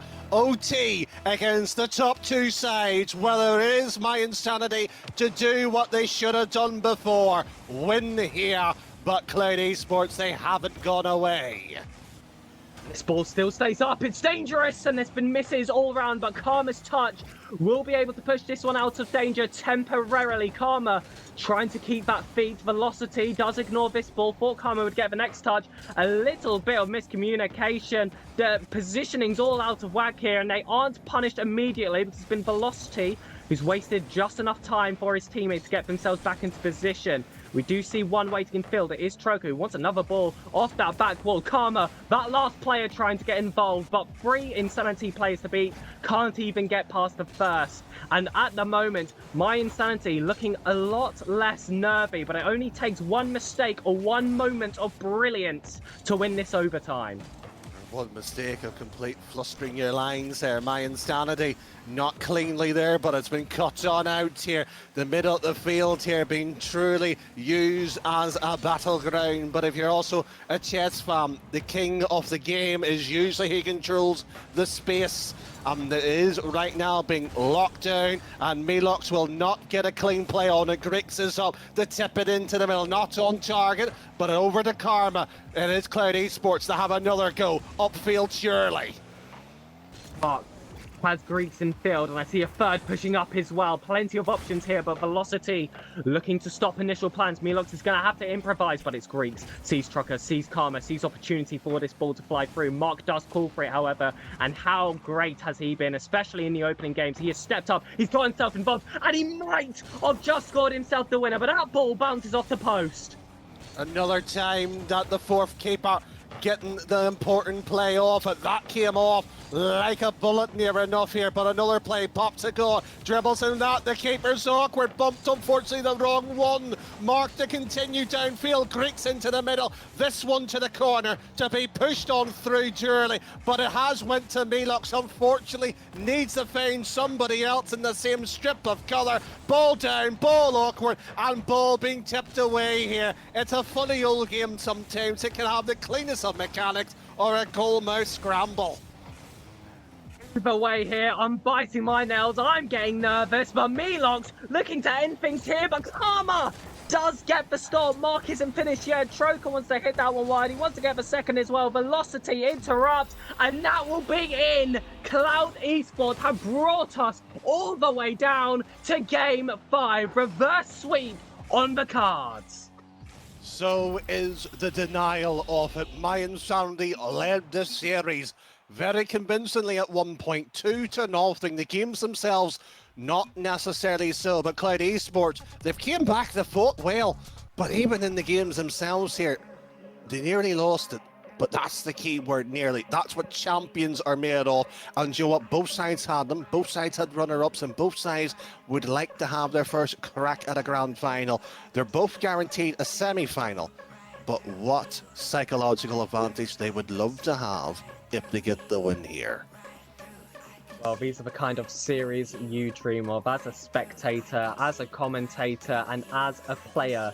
If you are the hero in that final game, who will be the one to step up? Who will be the one to beat easily the other best team here in the league? Well, I think we'll have about 5 minutes to find out. Oh, 5 minutes? I would suspect OT Pig, personally. I'd love to see it. I really would, but we do have kickoff now. Cloud Esports versus mYinsanity. And, well, they did start off with a brief advantage there, which did shut off very quickly. We are back and forth now. We're past that kickoff stage, and we are in regular Rocket League. Well, certainly so, there. And you might be wondering what's been going on. Well, our fabulous faces isn't necessarily the gameplay, no. but is, shall we say, just teasing and maybe denying you. But no goal has been on target just yet here. But they might just join at the right time. But mYinsanity will prevent you from not seeing the opening goal just on yet here in the deciding game, the ultimate game, the game itself. Well, they got to skip the nonsense. All these two teams now, regular Rocket League, real opportunities now to get those goals. No kickoff straight off the bat, and then just park the bus for 5 minutes. This is going to be a battle throughout regulation, and if we do see overtime to that as well, and Greeks has been one of those players to apply the fight as his mark, and those two will connect to this play. Trucker does shut that one down, but mYinsanity, that third player, don't forget about him. He's lurking, but ready to get involved in the attack when the time comes. Greeks up again, velocity in field, that's an option, Trucker's there. But these two teams, they've had 4 games now to get to grips with each other's playstyle, and you're starting to see it, those pre-jumps for those infield parties, these tight scorelines, and that 2.5-minute overtime we saw previously. May the best man win. Certainly so. You always will wonder, do you play cautious or throw it to the wind itself here? Both of them decide to come out attacking. It is fabulous entertaining. But again, there is always that question of defence. That is the big one where I always keep the eye out on. But you will have to feel sorry for whoever the third man is in all these scenarios, because if it goes in, they will not forget. They will not be allowed to forget by the 3 oppositions. But this touch down to the middle here, near enough 2 minutes gone. What a pass that was, stifled on out here, and Cloud Esports a hit on the break. On the counter is Karma, that ball initially wide, but Velocity hasn't given up yet. Neither has Trucker. He does resort to going back to his own half, but he doesn't want to give that one away. Possession wanted firmly in the hands of Cloud Esports. Karma hitting off the back wall. Greeks does read that one to put that one out wide, but it isn't out for possession of a Cloud Esports player. Little extra effort was required, which is exactly what Greeks was able to provide. Temporarily though, mYinsanity was the lone final player after that double commit, but they've done well to get themselves back as quick as possible. And now it's Karma. Velocity is in. That shot trying to find the top left corner, but Greeks, you said you don't want to be that third man, that one on the goal line. He's been cool, calm and collected, and has brought that ball out to the wider wings. 1 minute gone, 2 minutes gone, 3 minutes gone, and the name itself suggests this. Karma has struck again. It is mYinsanity's game to lose. Well, it's certainly now Cloud Esports who have changed its fate. It is the man, the myth, the legend. Could that be the one? Karma, it was an excellent goal there to put themselves ahead. Will it be the only one of the game? mYinsanity, that would be their nightmare. Greeks with the redirect. A save to follow there from Trucker. Unbelievable from both sides. But deadlocked play isn't what mYinsanity want. It's another shot on. It's Karma again. We spoke about Hero stepping up. Is this the man himself? Oh, welcome to the game itself. mYinsanity, now with former top players, veteran status, and maybe top spot questioned. They've got to get 2 goals. They just need 1 really, just to give themselves a faint bit of hope.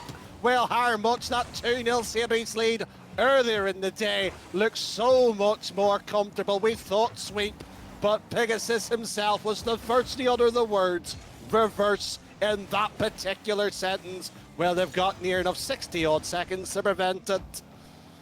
And Trucker looking to send that one home. Flip reset and no one there to get that second touch, but I don't think they're too bothered about getting that third. If they can just hold on for 60 more seconds, that's the series in their hand. Reverse sweep complete. That double commit does make things a little bit shaky, but if you need a man to clutch up, Velocity can do it. That's what these two teams have so much of, that clutch factor. But is it too much now for mYinsanity? 50 seconds on the clock, and that timer won't stop going down. Time is running out. 2 required, and you're not allowed to concede. I do not envy their positions. Oh, how much you would love to have additional time. Ball awkward, ball shot and tipped away. Oh, mYlox with a boost grab here. The play still continuing on 30 here. 1 touch mark will be left to awkward. Will be a free shot on the volley. Might go on, but saved away here. mYinsanity with 1 last chance here. There is a defending player. mYlox is trying to wave his way around back into middle. Mark not able to get to the touch on it. And Cloud Esports, they thought they've won it. They might have just done so with that defensive hold. And Greece gets the demo. There's blood on the pitch, but it simply isn't enough. Cloud Esports, it's official, come out victorious. They do top league play with the Thirsty and take down mYinsanity with a reverse sweep. What a series, what a way to close out the night. Oh, we talk about this one being a series, the featured match itself. It might be the match of the season itself here, but we need to grab our breath, our words here. But do you know what here? I think this is just one of those nights here. You look at Pegasus and go, this is a fantastic night of gameplay all round here. And do you know what? There's very little you can sit there and say and go, do you know what? This is it. This has been a fantastic moment for both sides here to show what they've been capable of. Absolutely. mYinsanity and Cloud Esports is a matchup that can happen only once in league play and twice throughout an entire season. It felt like any team on their day could have won this series, but if they were to meet again, Danny Boy, in the grand finals, who knows? Maybe a different team could step up. Certainly so. Whether it's a step up or a step down, somebody will have to lose in that grand final. We already saw this matchup once. Will we even have it again? Will somebody provide the upset? Well, we will find out shortly here, but we'll head to potentially a quick break here, whether it's an interview or a good night here. Oh, I hope we will get an interview, but until then, we'll see you on the other side of this. A day the Awaken League had, and what a series we did witness no more than 5 minutes ago here. But I must say here, it's not all that has happened. Pegasus, we did start the day at the top there. Ladies first, a much, well, I'm going to say vital, it couldn't be any more crucial 3-0 win for them today. Yeah, absolutely. It is so close trying to get those qualifications to make those quarterfinals. That getting those wins when you can was so important. Ladies first, able to do it in a sweep against the Zeno Esports team, which, albeit has only won 1 game all season, but every result counts. You have to pick them up, and unfortunately match 2 did have to be postponed, but I'm sure that'll be played at a later point. Irie Legacy being a team, Irie Legacy and Dive Esports actually being next to each other on the table at the moment, both on 4 and 3. A win would guarantee themselves in those quarters. Certainly so. What wasn't postponed as well as the interview itself here. Unfortunately, Cloud Esports decided to go to the French stream. While they might be a lot more comfortable after that, of course, that's at Phoenyx XTV. The link is down below. But I did have the luxury of casting our following match, though. Pegasus 3-2. And do you know what? It was an awkward series back and forth here, but eventually the Phoenyx was brought to the ices there. But I will say here, there is still a chance for maybe, of course, an outsider here slipping into the top 16, but that required, of course, the following game with a certain somebody stepping up. And 3-1 was the result for match 4. It was, of course, VisionGaming versus Team Solid. Sorry, completely fluffed my lines there. But that was a match that guaranteed VisionGaming to go to those quarterfinals. Unfortunately, not those semis, because the two teams that we did cast for that 5th match of day, Cloud Esports versus mYinsanity, had already guaranteed themselves a semi-finals qualification. However, we did see who that first seeding goes to, and it was, of course, Cloud Esports after a thrilling reverse sweep. Certainly so, an 8-0, 7-1 for the top two. VisionGaming, of course, locked into the playoffs battle with a 5-3, where they eventually end up seeding-wise. That's, of course, still determined next week in the final set of games. Of course, the postponed game will be, of course, sorted out. That will be on Twitter as well in terms of when that will be put across. Irie Legacy, Dive Esport, Team Solid from, well, seed 4 to 6 currently on the league standings. They are your current playoff teams. LadiesFirst, an outside chance. Permitta Esports, that side that has brought themselves from the blink of elimination. They might have a chance as well. But Phoenyx mathematically might have a chance here, but the odds very much unlikely. But Pegasus, those are the 10 teams. We do know at least 3 of them into the playoffs. One sadly gone, but what an 8 weeks we had, but what a series of the season already. Absolutely. 3 out of 6 teams are decided for those playoffs. Only half. There's only 1 week remaining. We hope to see you all there watching that final week so we can decide who goes all the way to those playoffs. And will any of these teams be able to take down the Titans that are Cloud Esports and mYinsanity? Well, we will just have to find out.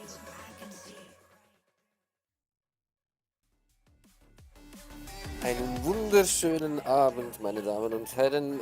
Ich heiße euch willkommen zum Wochen 8, zum letzten Spiel der Woche 8. Es ist ein Nachholspiel, das wir heute Abend euch zeigen dürfen. Ein sehr, sehr wichtiges mit dazu. Wir haben heute die Begegnung zwischen Dive Esports und Irie Legacy. Kurze Informationen vorab, auch wenn beide Teams aktuell in der Rangliste einen gefestigten Playoff-Platz besitzen, heißt das noch lange nicht, dass in der zweitletzten Woche schon alles safe ist. Dive beherbergt aktuell den 3. Tabellenplatz, Irie Legacy den 5. Tabellenplatz. Aber noch nichts ist in Stein gemeißelt, denn beide Teams müssen eigentlich heute Abend gewinnen, um auch ihre Position für die letzte Woche und auch für die Playoffs zu festigen.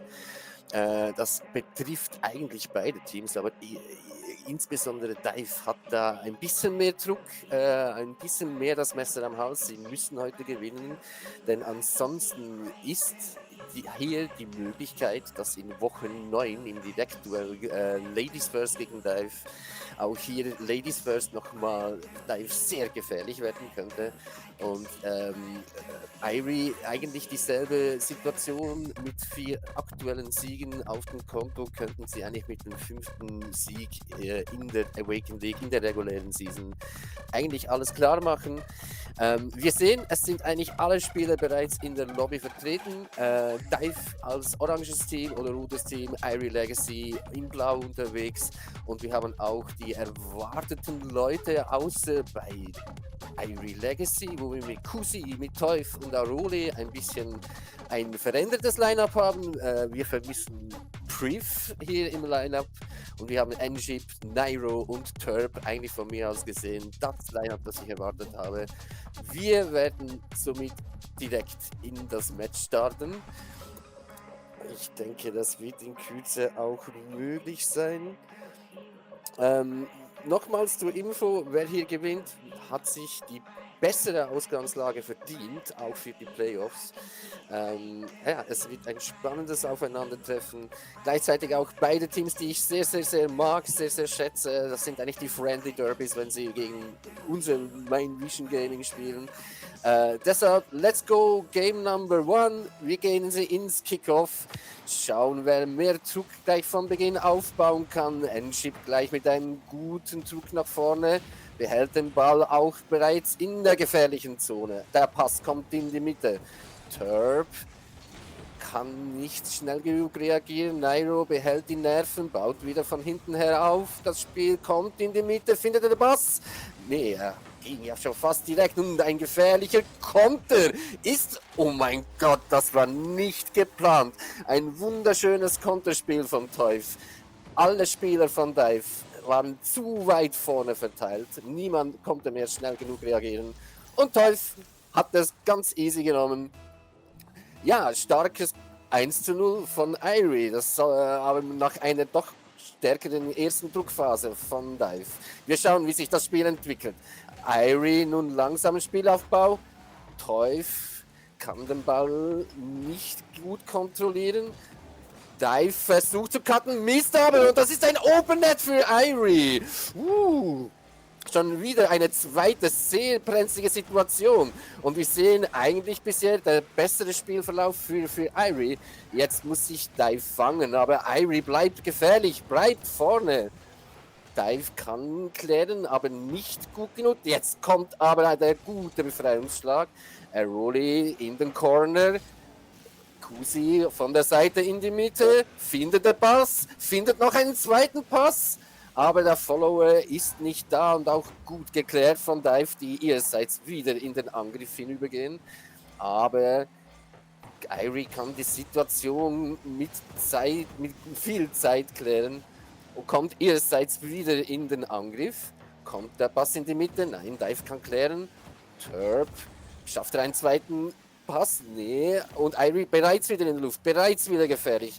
Der Pass kommt wieder in die Mitte. Teuf ist bereit. Ein kleines Missverständnis oder vielleicht ein bisschen das Timing gefehlt hier, aber ein schöner Versuch. Dive jetzt in der Luft. Geht nach unten, der Follow kommt und eine gefährliche Situation. Das war eigentlich ein Open Net. Aber Dive konnte die Situation nicht aussitzen. Sie bleiben aber hartnäckig.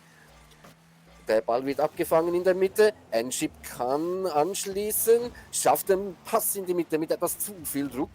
Und Teuf schafft es, den Ball zu klären. Irie einerseits wieder mit einem gefährlichen Konterschuss. Zum zweiten. Rolli nach einem, ja, doch schönen Pass in die Mitte. Und der Rolli Gold richtig kann zum Tor einschieben. Ja, schöner Plays. Und ja, Dive wird auf den kalten Füßen erwischt hier. Zweimal ein gutes Counterplay. Dennoch, sie bleiben im Angriff. Sie bleiben auch hier wieder gefährlich. Irie kann klären, wieder in den Corner. Dive bleibt dran. Pass kommt in die Mitte. Irie kann klären mit einer Zwei-Mann-Defense. Ihrerseits bereits wieder im Angriff. Doch, Dive kann wieder klären. Irie bleibt aber hartnäckig. Bereits wieder einen Cut von der Mitte. Und jetzt wieder ein Pass in die Mitte. Doch, Teuf kann connecten. Aber etwas zu früh in den Schuss reingesprungen. Jetzt kann Dive reagieren. Aber sie schaffen es nicht, den richtigen Pass in die Mitte zu spielen. Ihrerseits ist Irie bereits wieder am Angreifen. Teuf lauert, geht jetzt nach hinten. Aber sie cutten wieder in der Mitte. Kusi bringt den Pass in die Mitte. Aber niemand kann connecten. Rolli mit einem schönen Pass. Aber Dive hat genug Zeit. Ein guter 50 von Kusi.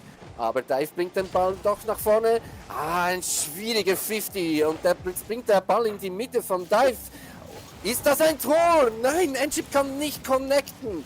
Gut geklärt von Irie, was eigentlich auch sehr, sehr wichtiger Clear war hier für den Spielverlauf.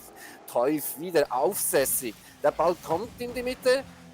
Irie kann hier mit einem Bump ein bisschen den Weg frei machen, aber Dive kann in dieser Situation klären. Ja, Dive braucht jetzt langsam den Anschlusstreffer. Wir haben das 2:0 für Irie. Und wenn wir davon reden, fast hätten wir ihn gesehen, den Anschlusstreffer. N-Jeep bringt den Ball nach vorne, doch Irie kann klären. Na, Teuf, was ist das? Nochmals ein ganz gemeiner Clear, der automatisch auch zu einem Pinch-Schuss wurde für Irie. Wir sehen es hier. Oh. Ich weiß jetzt nicht, ob das Absicht war, auf jeden Fall. Ja, zum dürfsten Moment, aber natürlich für Irie zum besten Moment für das 3:0 hier. Bringt wahrscheinlich langsam die Entscheidung in Game 1 herbei, aber wir sind noch nicht so weit. Teuf cleart mit einem Backboard Clear, aber N-Chip ist vor Ort. Bringt den Pass in die Mitte, doch Irie kann wieder ganz gefährlich clearen. Und Kusi hat das Open Net und schiebt zum 4:0 ein. Ja, es ist der dritte Counterplay eigentlich von Irie. Was soll ich sagen? Dive wird ausgekontert im Moment in Game 1. Ich bin gespannt, was für eine Antwort sie hier auf das Spielfeld liefern können. Es sieht im Moment wirklich nicht so aus, als hätten sie gerade jetzt die Antwort bereit. Aroli mit einem guten Pass zu Teuf wieder in die Mitte. Der Ball bleibt gefährlich. Kusi ist schon in der Luft, kann aber nicht schnell genug klären und reagieren. Aber Teuf bereits wieder gefährlich. Dive wieder bereits in der Defensive, aber jetzt mit einem offensiven Schlag. Aber sie können den wichtigen doch ersten Treffer nicht erzielen. GG 1:0 für Irie mit einem aussagekräftigen 4:0. Das hätte ich nicht so erwartet. Dennoch, es war ein enges Spiel im Spielverlauf selbst. Dennoch, es ist unglaublich, was Irie hier geschafft hat, mit 3 wirklich harten Counterplays hier Irie in Führung zu bringen. Ja, Dive hat in erster Linie im Moment keine Antwort parat für diesen Playstyle von Irie Legacy.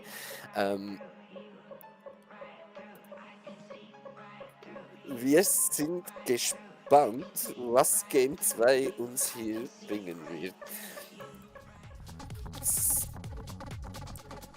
So, wir gehen direkt in Game 2 nach einer kleinen Unterbrechung. Lass uns sehen, was Game 2 uns bringt. Ein wirklich sehr spezielles Game 1. Lass sehen, was Dive sich für eine Antwort einfallen lassen wird für die Situation hier.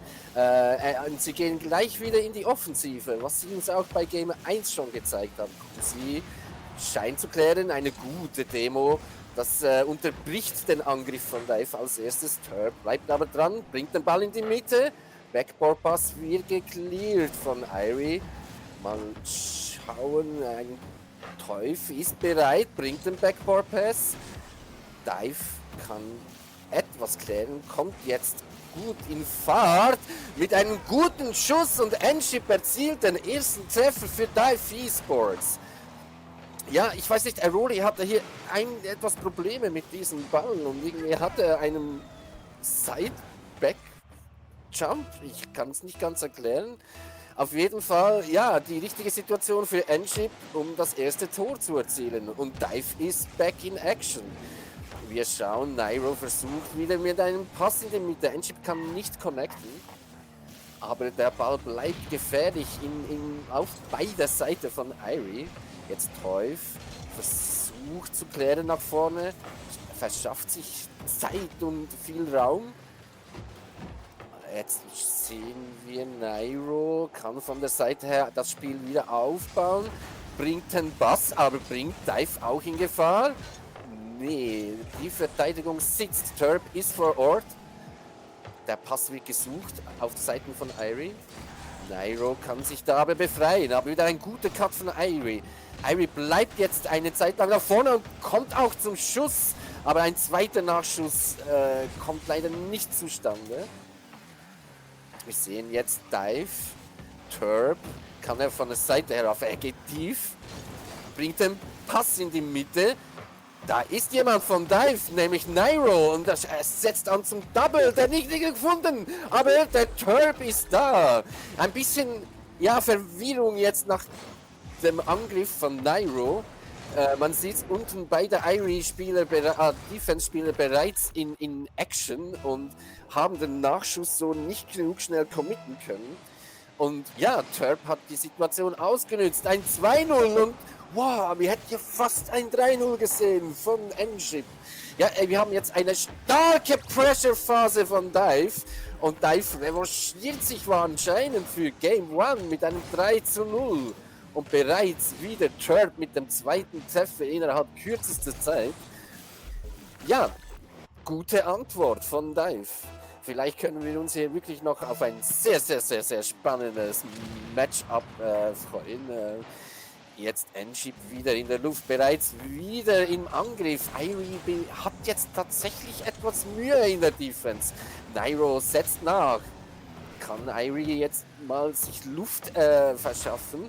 Sieht nicht danach aus. Vielleicht jetzt Irie kaum connecten, aber auch ein Double Commit seitens Irie. Kusi kann nicht gut genug klären. Und bereits wieder Dive im Angriffsmodus. Oh, ein guter Bump von Teuf. Teuf muss jetzt aufpassen. Aber die Situation ist geklärt. Teuf ist zuerst am Ball. Gibt es jetzt wieder eins dieser Counterplays von Irie? Nein, sie können nicht gut genug miteinander connecten. Turb bereits wieder in der Luft. Geht jetzt auf Fake. Der 50 wird nicht gefunden. Kusi weiterhin gefährlich.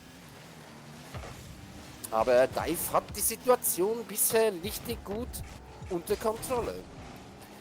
Wieder ein Angriffsversuch von Dive. Der Pass wird gefunden. Backboard Pass. Ja, aber diesmal ist niemand da für den Connection. Nairo bringt den Pass in die Mitte. Wieder so ein gefährlicher Angriff von Dive. Ein Double Shoot. Aber auch das hat die Verteidigung von Irie nicht gebrochen. Aber sie bleiben wieder weiterhin gefährlich. Ein weiterer Passversuch. Irie kann klären. N-Ship weiterhin am Ball. Immer noch mit der Pressure. Irie muss jetzt versuchen, sich zu lösen. Sie müssen jetzt diesen Anschlusstreffer finden. Aber Dive macht dieses Spiel im Moment wirklich sehr, sehr, sehr gut. Sie haben wirklich jetzt die Antwort gefunden, so wie es scheint. Oh, guter Clear von Dive, auch wichtig für das Selbstvertrauen, aber auch dieses Tor wäre wichtig gewesen für Irie. Wir sehen Kusi wieder im Angriff. Niemand kann followen. Sie müssen jetzt wieder das Spiel versuchen aufzubauen. Kusi wieder in Aktion, ein guter 50. Rolli am Ball, Backboard Pass und auch der Schuss kommt, aber zu wenig gut platziert. Aber das war das, ja, ein gutes Zeichen, ein Lebenszeichen von Irie. Nairo, kann er jetzt den Angriff wieder unterbinden von Irie? Er bringt den Pass in die Mitte, noch ein zweiter, fast gefährliche Situation. N-Ship bleibt weiterhin auch am Ball. Ein schöner Pass, ein schöner Schuss, aber auch eine wunderschöne Parade von Irie. Hier hat von allen alles gepasst. Ja, ein wildes Spiel, aber Irie ist hier wirklich mit sehr viel Defensivarbeit beschäftigt. Kam zu wenig in offensive Moves hinein. Und da haben wir tatsächlich noch das 4. Tor von Dive. Und ja, wir gehen in Game 3 mit der Situation, dass beide Teams mit einem 4:0 hier in die Partie oder ja, gestartet sind. Das verheißt sehr vieles für Game 3. Wir sind wirklich gespannt. Wer kann den Fluch des 4:0 brechen im 3. Spiel? Aber GG für beide Teams. Ja, wir sind mit dem Spiel angekommen. Ich hätte das vorher nicht erwartet, dass wir auch zweimal ein 4:0 sehen. Es bleibt spannend. So, wir werden wahrscheinlich so schnell wie möglich in das Game 3 starten. Wir sind wirklich gespannt, ob es wirklich so weitergeht, ob beide Teams sich so auf Augenhöhe weiter begegnen können und dürfen und wir dabei ihnen zuschauen können und dürfen. Let's go, Game Number 3. Es steht 1:1 nach je einem 4:0. Kickoff. Wer kommt wieder zuerst in die bessere Pressure-Phase zu Beginn? Und es scheint, das wäre Dive. Sie können auch connecten und die ersten Nadelstiche setzen. Enshi bereits wieder in der Luft. Der Backboard-Pass wird kommen. Wird auch connected. Und jetzt kommt ein Nachschuss von Nairo. Der wird aber gut geblockt von Irie. Oh, 2 Spieler müssen von beiden partieren, aber Nairo behält die Nerven. Wird jetzt abgelöst vom Turb, aber ein guter 50 von beiden Seiten jetzt. Oh, ein guter Schuss vom Turb, der wurde gefunden an der Seite. Enshi bereits wieder am Ball, macht wieder mehr Druck. Irie, können sie jetzt ein Counterplay setzen? Bisher scheint Dive die Situation im Griff zu haben. Da kommt eine sehr gute Demo von Seiten Irie. Sie können sich vorne ansetzen, ein guter Pass. Der Mitspieler in der Mitte wird nicht gefunden. Die Idee fand ich gut. Wir schauen, was Irie jetzt machen kann. Sie kommen wieder in der Pressure-Phase. Sie können sie sich befreien. Nairo interrupted in der Mitte, bringt aber nicht den Ball genug nach vorne. Irie kann sich jetzt etwas ansetzen. Guter Passversuch. Der Ball bleibt gefährlich vorne bei Dive. Der Schuss kommt vom Teuf und er hebelt beide aus. 1:0, Irie Legacy. Etwas aus dem Spielverlauf, aber dennoch, sie konnten sich jetzt vorne ansetzen. Und du darfst Irie einfach nicht so viel Zeit lassen. Schafft Dive jetzt hier eine Antwort zu geben? Können sie das mit einem Kickoff-Tor? Nicht ganz. Gut reagiert von Irie. Ball im Corner. Turb hat die Situation im Griff. Bringt den Ball nicht über den Spieler. Und da kann Irie klären und kontern mit einem Schuss. Bleiben sie vorne gefährlich? Wir schauen, was die Situation sich ergibt. Aber Dive kann hier gut klären. Schafft es nach vorne zu kommen. Aber der Backboard Pass wird interrupted von Irie. Nochmals einen guten Clear von Irie. Man sieht es jetzt. Ein guter Demo.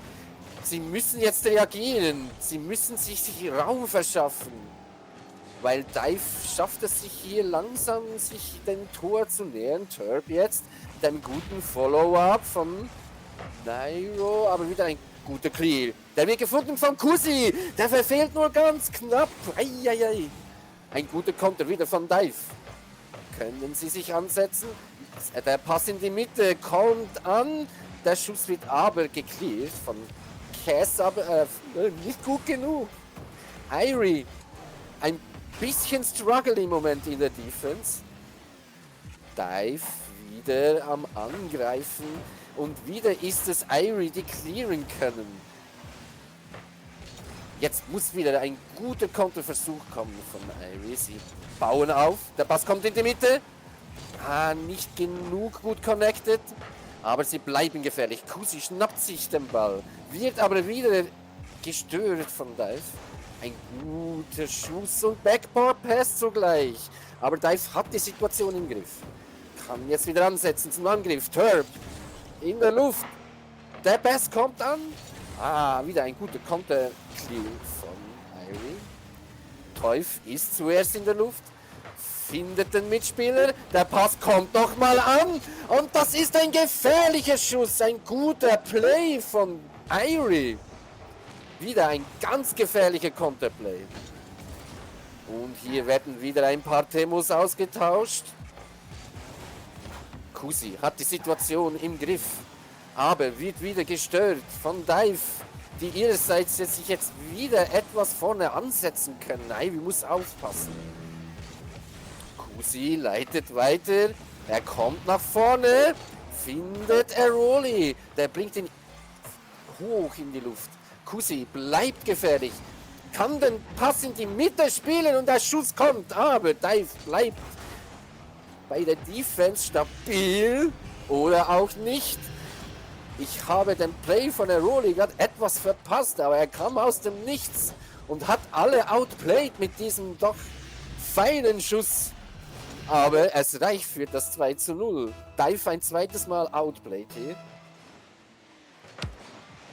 Ja, ein wildes Spiel. Also Dive war nicht wirklich viel schlechter in der offensiven Bemühungen als Irie. Im Gegenteil, aber Irie hat jetzt ihre Counterplays wieder gut ausgespielt, nebst dem, dass sie auch ein, zwei Druckphasen aufbauen, wie sie jetzt auch wie in den letzten Minuten haben. Dive kommt stark unter Druck im Moment. Wir haben noch 10 Sekunden zu spielen. Es scheint, als hätte sich Irie jetzt wieder gefangen nach dem doch harten 4:0 im ersten Match. GG's, Irie, GG, allgemein, nicht GG, es tut mir leid. Ja, ein starkes drittes Spiel von beiden Seiten, aber die entscheidenden Plays und auch die Tore, die haben hier Irie Legacy geschossen und nicht Dive. Es heißt nun auch Matchpoint Irie Legacy. Ich weiß nicht, wie viel das jetzt für Dive wirklich ausmachen wird in ihren Köpfen. Auf jeden Fall, Irie Legacy bietet Dive die Stirn. Man konnte das erwarten oder nicht. Ich wusste, es wird ein knappes Spiel werden, so oder so. Ich hoffe aber natürlich aus Sicht der Zuschauer, aus Sicht der Caster, ich möchte ein Game 5 sehen. Deshalb geht meine Tendenz in diesem Spiel leicht Richtung Dive. Aber nach wie vor hoffe ich natürlich auch für LadiesFirst, dass es hier nochmal spannend wird für Woche 9. Game Number 4, Ladies and Gentlemen. Dive führt 2:1 in diesem Matchup. Und wir sehen, Dive geht bereits wieder in den Angriff. Schauen wir, was kann Irie Legacy jetzt kontern. Guter 50 von Dive, wird aber gedemot von Seiten Irie. Irie bereits in der Luft und erwischt den Ball als erstes. Und jetzt kommt der Nachschuss von Teuf. Das hat Dive nicht erwartet. Wow. Ein wirklich starker Pre-Jump von Irie. Ja, man hat einfach geschaut, ob es gut geht. Es ging gut und der Nachschuss war einfach perfekt. Dive muss jetzt reagieren. Matchpoint Irie und Irie führt 1:0. Eine harte Situation für Dive. Und wir sind gespannt, was Nairo, Turp und N-Chip hier leisten können und sich dagegen wehren können. N-Chip wartet, er bekommt den Ball in die Mitte. Irie cleared in den Corner. Turp kann nicht ansetzen. Der Ball bleibt aber an der Seite von Irie. Ein Missverständnis von Dive. Aber sie können dennoch klären. Heißt aber auch, Irie hat jetzt etwas Platz in der Seite bei Dive. Versucht jetzt einen Angriff zu starten. Der kommt auch zustande, aber Dive kann klären. N-Chip geht in die Lüfte. Guter 50 von Irie. Guter Nachschuss von Kusi. Ja, bisher sehr gutes Spiel von Irie in diesem vierten Spiel. Sie scheinen die Situation wirklich im Griff zu haben. Aber es steht auch nur 1:0. Und es kann noch viel passieren. Wir haben noch 3 Minuten zu spielen. Jetzt Dive im Angriff. Kusi kann klären. Dive hartnäckig. Sie bleiben dran. Der Pass in die Mitte kommt an. Aber Irie kann im Backboard clearen. Findet auch nicht den Counterplay. Irie jetzt in der Luft. Findet den Pass in die Mitte. Da ist Teuf. Und Teuf. Ein Double Backboard. Wow. Wunderschön gemacht. Ein wunderschöner Play. Und man sieht auch, N-Chip konnte hier nicht genug gut connecten. Einfach wirklich on point von Teuf. Wow. Nice Play. Es macht die Situation nicht wirklich einfacher für Dive im Moment. Sie müssen jetzt reagieren. Sie müssen jetzt einfach auch Gas geben. Wollen sie hier nicht 3:1 nach Hause geschickt werden? Guter Play jetzt. Irie hat noch eine Demo. N-Ship kann nicht gut genug connected. Wird auch gestört von Irie. Guter 50 von Irie. Aber jetzt wieder N-Ship in der Luft, geht nach unten durch und das ist der Anschluss von Nairo. Wow, wunderschöner Pass, aber auch sehr gut connected hier im besten Zeitpunkt von Nairo. Der Schuss einfach hart für Irie. Wir haben das 2:1. Die Situation bleibt spannend. Guter Kick-Off, aber N-Ship bereits wieder in der Luft am Ball dran. Aber Irie kann interrupten. Was ist das, meine Damen und Herren? Wow. Irie kommt einfach, sieht und schießt und der passt einfach wieder perfekt mit so viel Gefühl. 3:1 für Irie Legacy. Meine Güte, ja. Das ist hart für Dive, aber ich bin überzeugt, Dive wird nochmal alles versuchen. Turp mit einer guten Demo. Bleiben hartnäckig, der Pass in die Mitte kommt und auch der Schuss. Nairo zum zweiten. Wow. Ja, eine gute Antwort, aber auch die richtige Antwort. Ja, genau das, was wir sehen wollen. Ein ständiges Hin und Her im Moment. Und im Moment hat auch noch keine Mannschaft wirklich die volle Oberhand. Gut interrupted, aber Kusi schafft es wieder, den Ball nach vorne zu bringen. Aber bereits wieder gute Defense von Dive. Können sie nochmal interrupten? Noch einen Pass in die Mitte? Können sie connecten? Turp ist da und sie gleichen aus. Wow. Ja, das hätte ich jetzt so nicht gedacht. Ein wirklich starkes Comeback hier von Dive Esports. Ein Spiel auf Augenhöhe im Moment. Und uns freut dies natürlich. Starker Kickoff. Turp, was macht er aus dieser Situation? N-Ship kann am besten die Situation für sich ausnutzen. Open Net, alle anderen waren awkward. 4:3 für Dive. Der Kickoff wieder für Dive. Kann Irie klären? Sie können und sie können auch wieder in den Angriff übersetzen. Aber Dive mag es zu klären. Weiterhin gefährlich für Dive. Kusi lässt sich die Zeit, geht in die Luft. Wird früh gestört von Dive. Die haben nicht connecten können. Irie bleibt gefährlich. Sie müssen jetzt alles versuchen, um wieder einen 4. Treffer hier zu erzielen. Sie bleiben auch daran, das Tor zu suchen. Gefährliche Situation. Dive kann aber in letzter Situation klären. In der letzten Situation klären. Weiter geht's. Wir haben Teuf im Corner. Guter 50 von Dive. Teuf verschafft sich Zeit, aber Turp kommt den Ball nach vorne. Der Pass in die Mitte für ihn. Bleibt gefährlich jetzt für Irie. Sie bringen den Ball nach vorne zu einem Pass in die Mitte. Der kann aber nicht connected werden. Dive kommt jetzt nach vorne. Kommt in einen Counterplay. Es ist ein einziges Hin und Her im Moment. Aber das 4. Tor für Irie. Wir sehnen uns danach. Aber es sieht danach aus. Der Pass immer noch in der Luft. Dive mag es zu klären. Wir haben ein unglaubliches Match again. Ja, Matchpoint konnte Irie nicht ausnutzen. Wir haben folgende Situation. Wir haben jetzt das Game 5. Wir wollten das Game 5.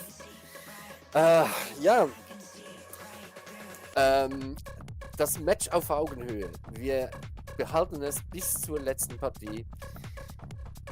Jo, Game Nummer 5. Wir sind gespannt, wer hier den Sieg davontragen wird. Wer wird ihn nach Hause nehmen? Wer wird mehr Struggle haben für Woche 9? Let's go! Kickoff. Dive wieder ein gutes Kickoff nach vorne. Irie kann mit Ruhe klären. Guter 50. Dive in Corner.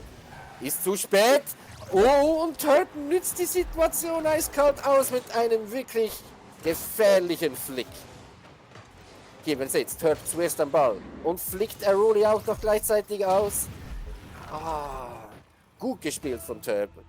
Ganz gefährlicher Angriff. 1:0 in Game 5. Dive scheint etwas das Spiel zu drehen, aber Irie macht seinen Fehler gleich wieder gut mit einem Kick-Off-Goal. Ja, Irie war schneller im Follow.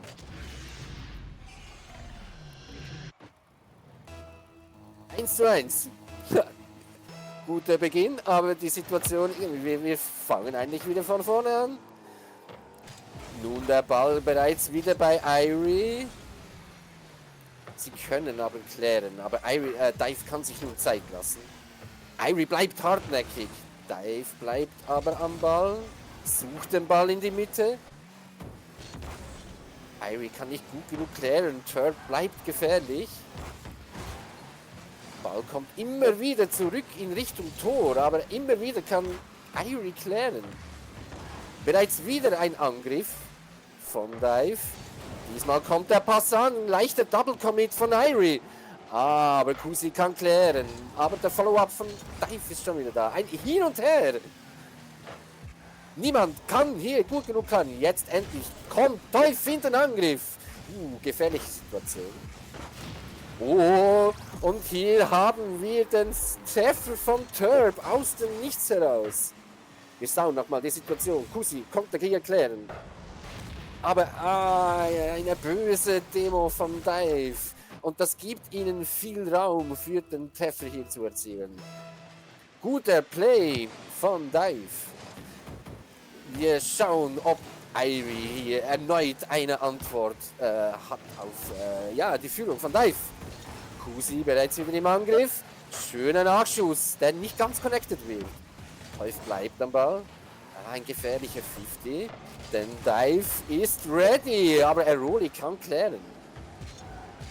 Er lässt sich jetzt viel Zeit. Outplayed leider nicht, aber der Follow von Irie ist gut und der Pass kommt in die Mitte. Er wird aber nicht gefunden, aber Irie ist bereit hinten. Kusi hat viel Zeit. In der Luft beim Backboard Richtung Tor, Richtung Mitte. Er outplayed ungewollt plötzlich alle Dive-Spieler. Aber plötzlich ist der letzte Dive-Spieler on point da. Gefährlich bleibt die Situation. Nun N-Chip. Kommt mit dem Ball nach vorne, wird aber mit einem 50 gestoppt hier. Gute Demo von Nairo. Aber gute Defense-Arbeit von Irie in dieser Situation. Gefährlich, der Nachschuss von Dive. Teuf jetzt in der Lüfte. Bekommt den Pass hin zu Kusi. Der schafft nicht noch einen zweiten. Daher Turp hat jetzt etwas Zeit. Vermag zu passen. Und nämlich zu N-Chip. Und der passt. Und die Rotation von Irie etwas zu spät in diesem Moment. Wir sehen es hier.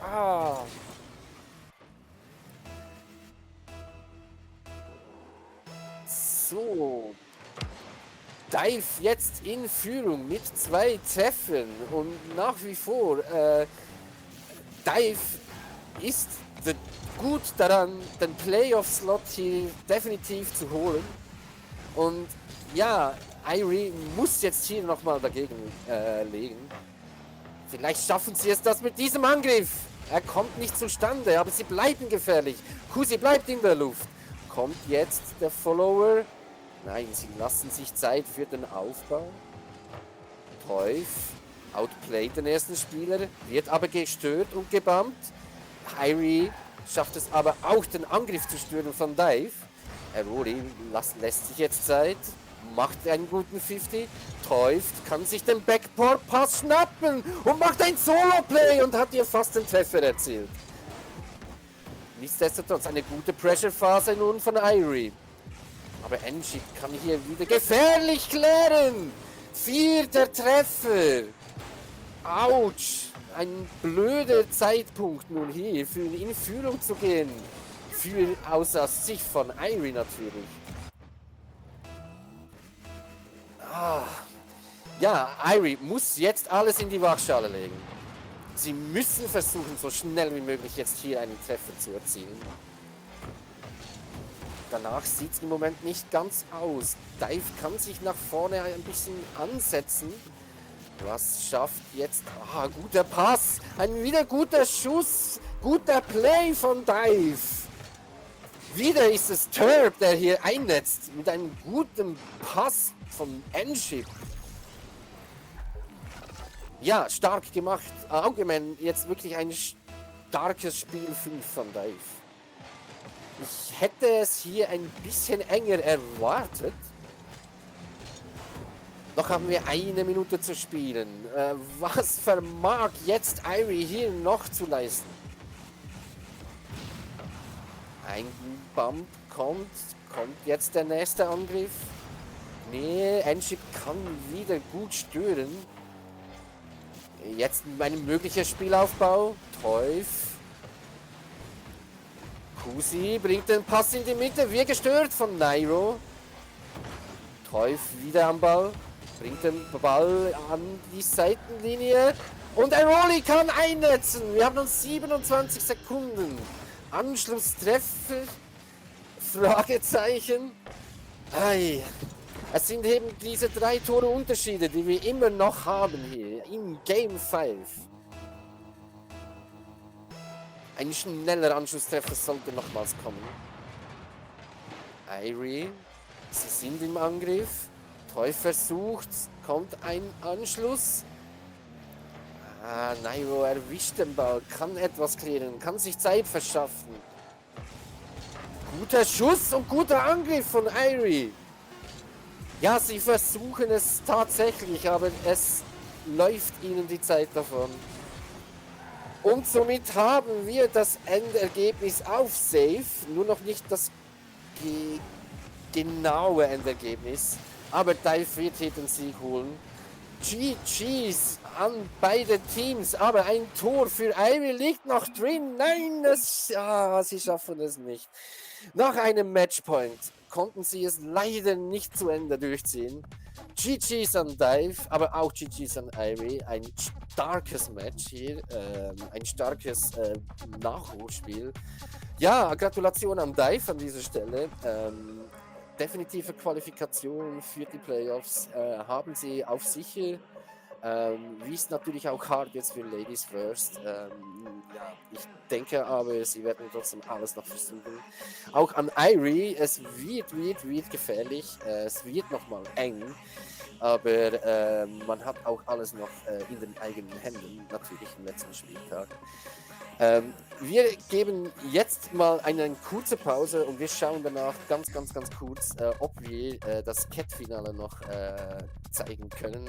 Ich sage mal auf Wiederschauen für die Awaken League. Ich würde euch aber empfehlen, mal für den Moment dran zu bleiben und sage bis später.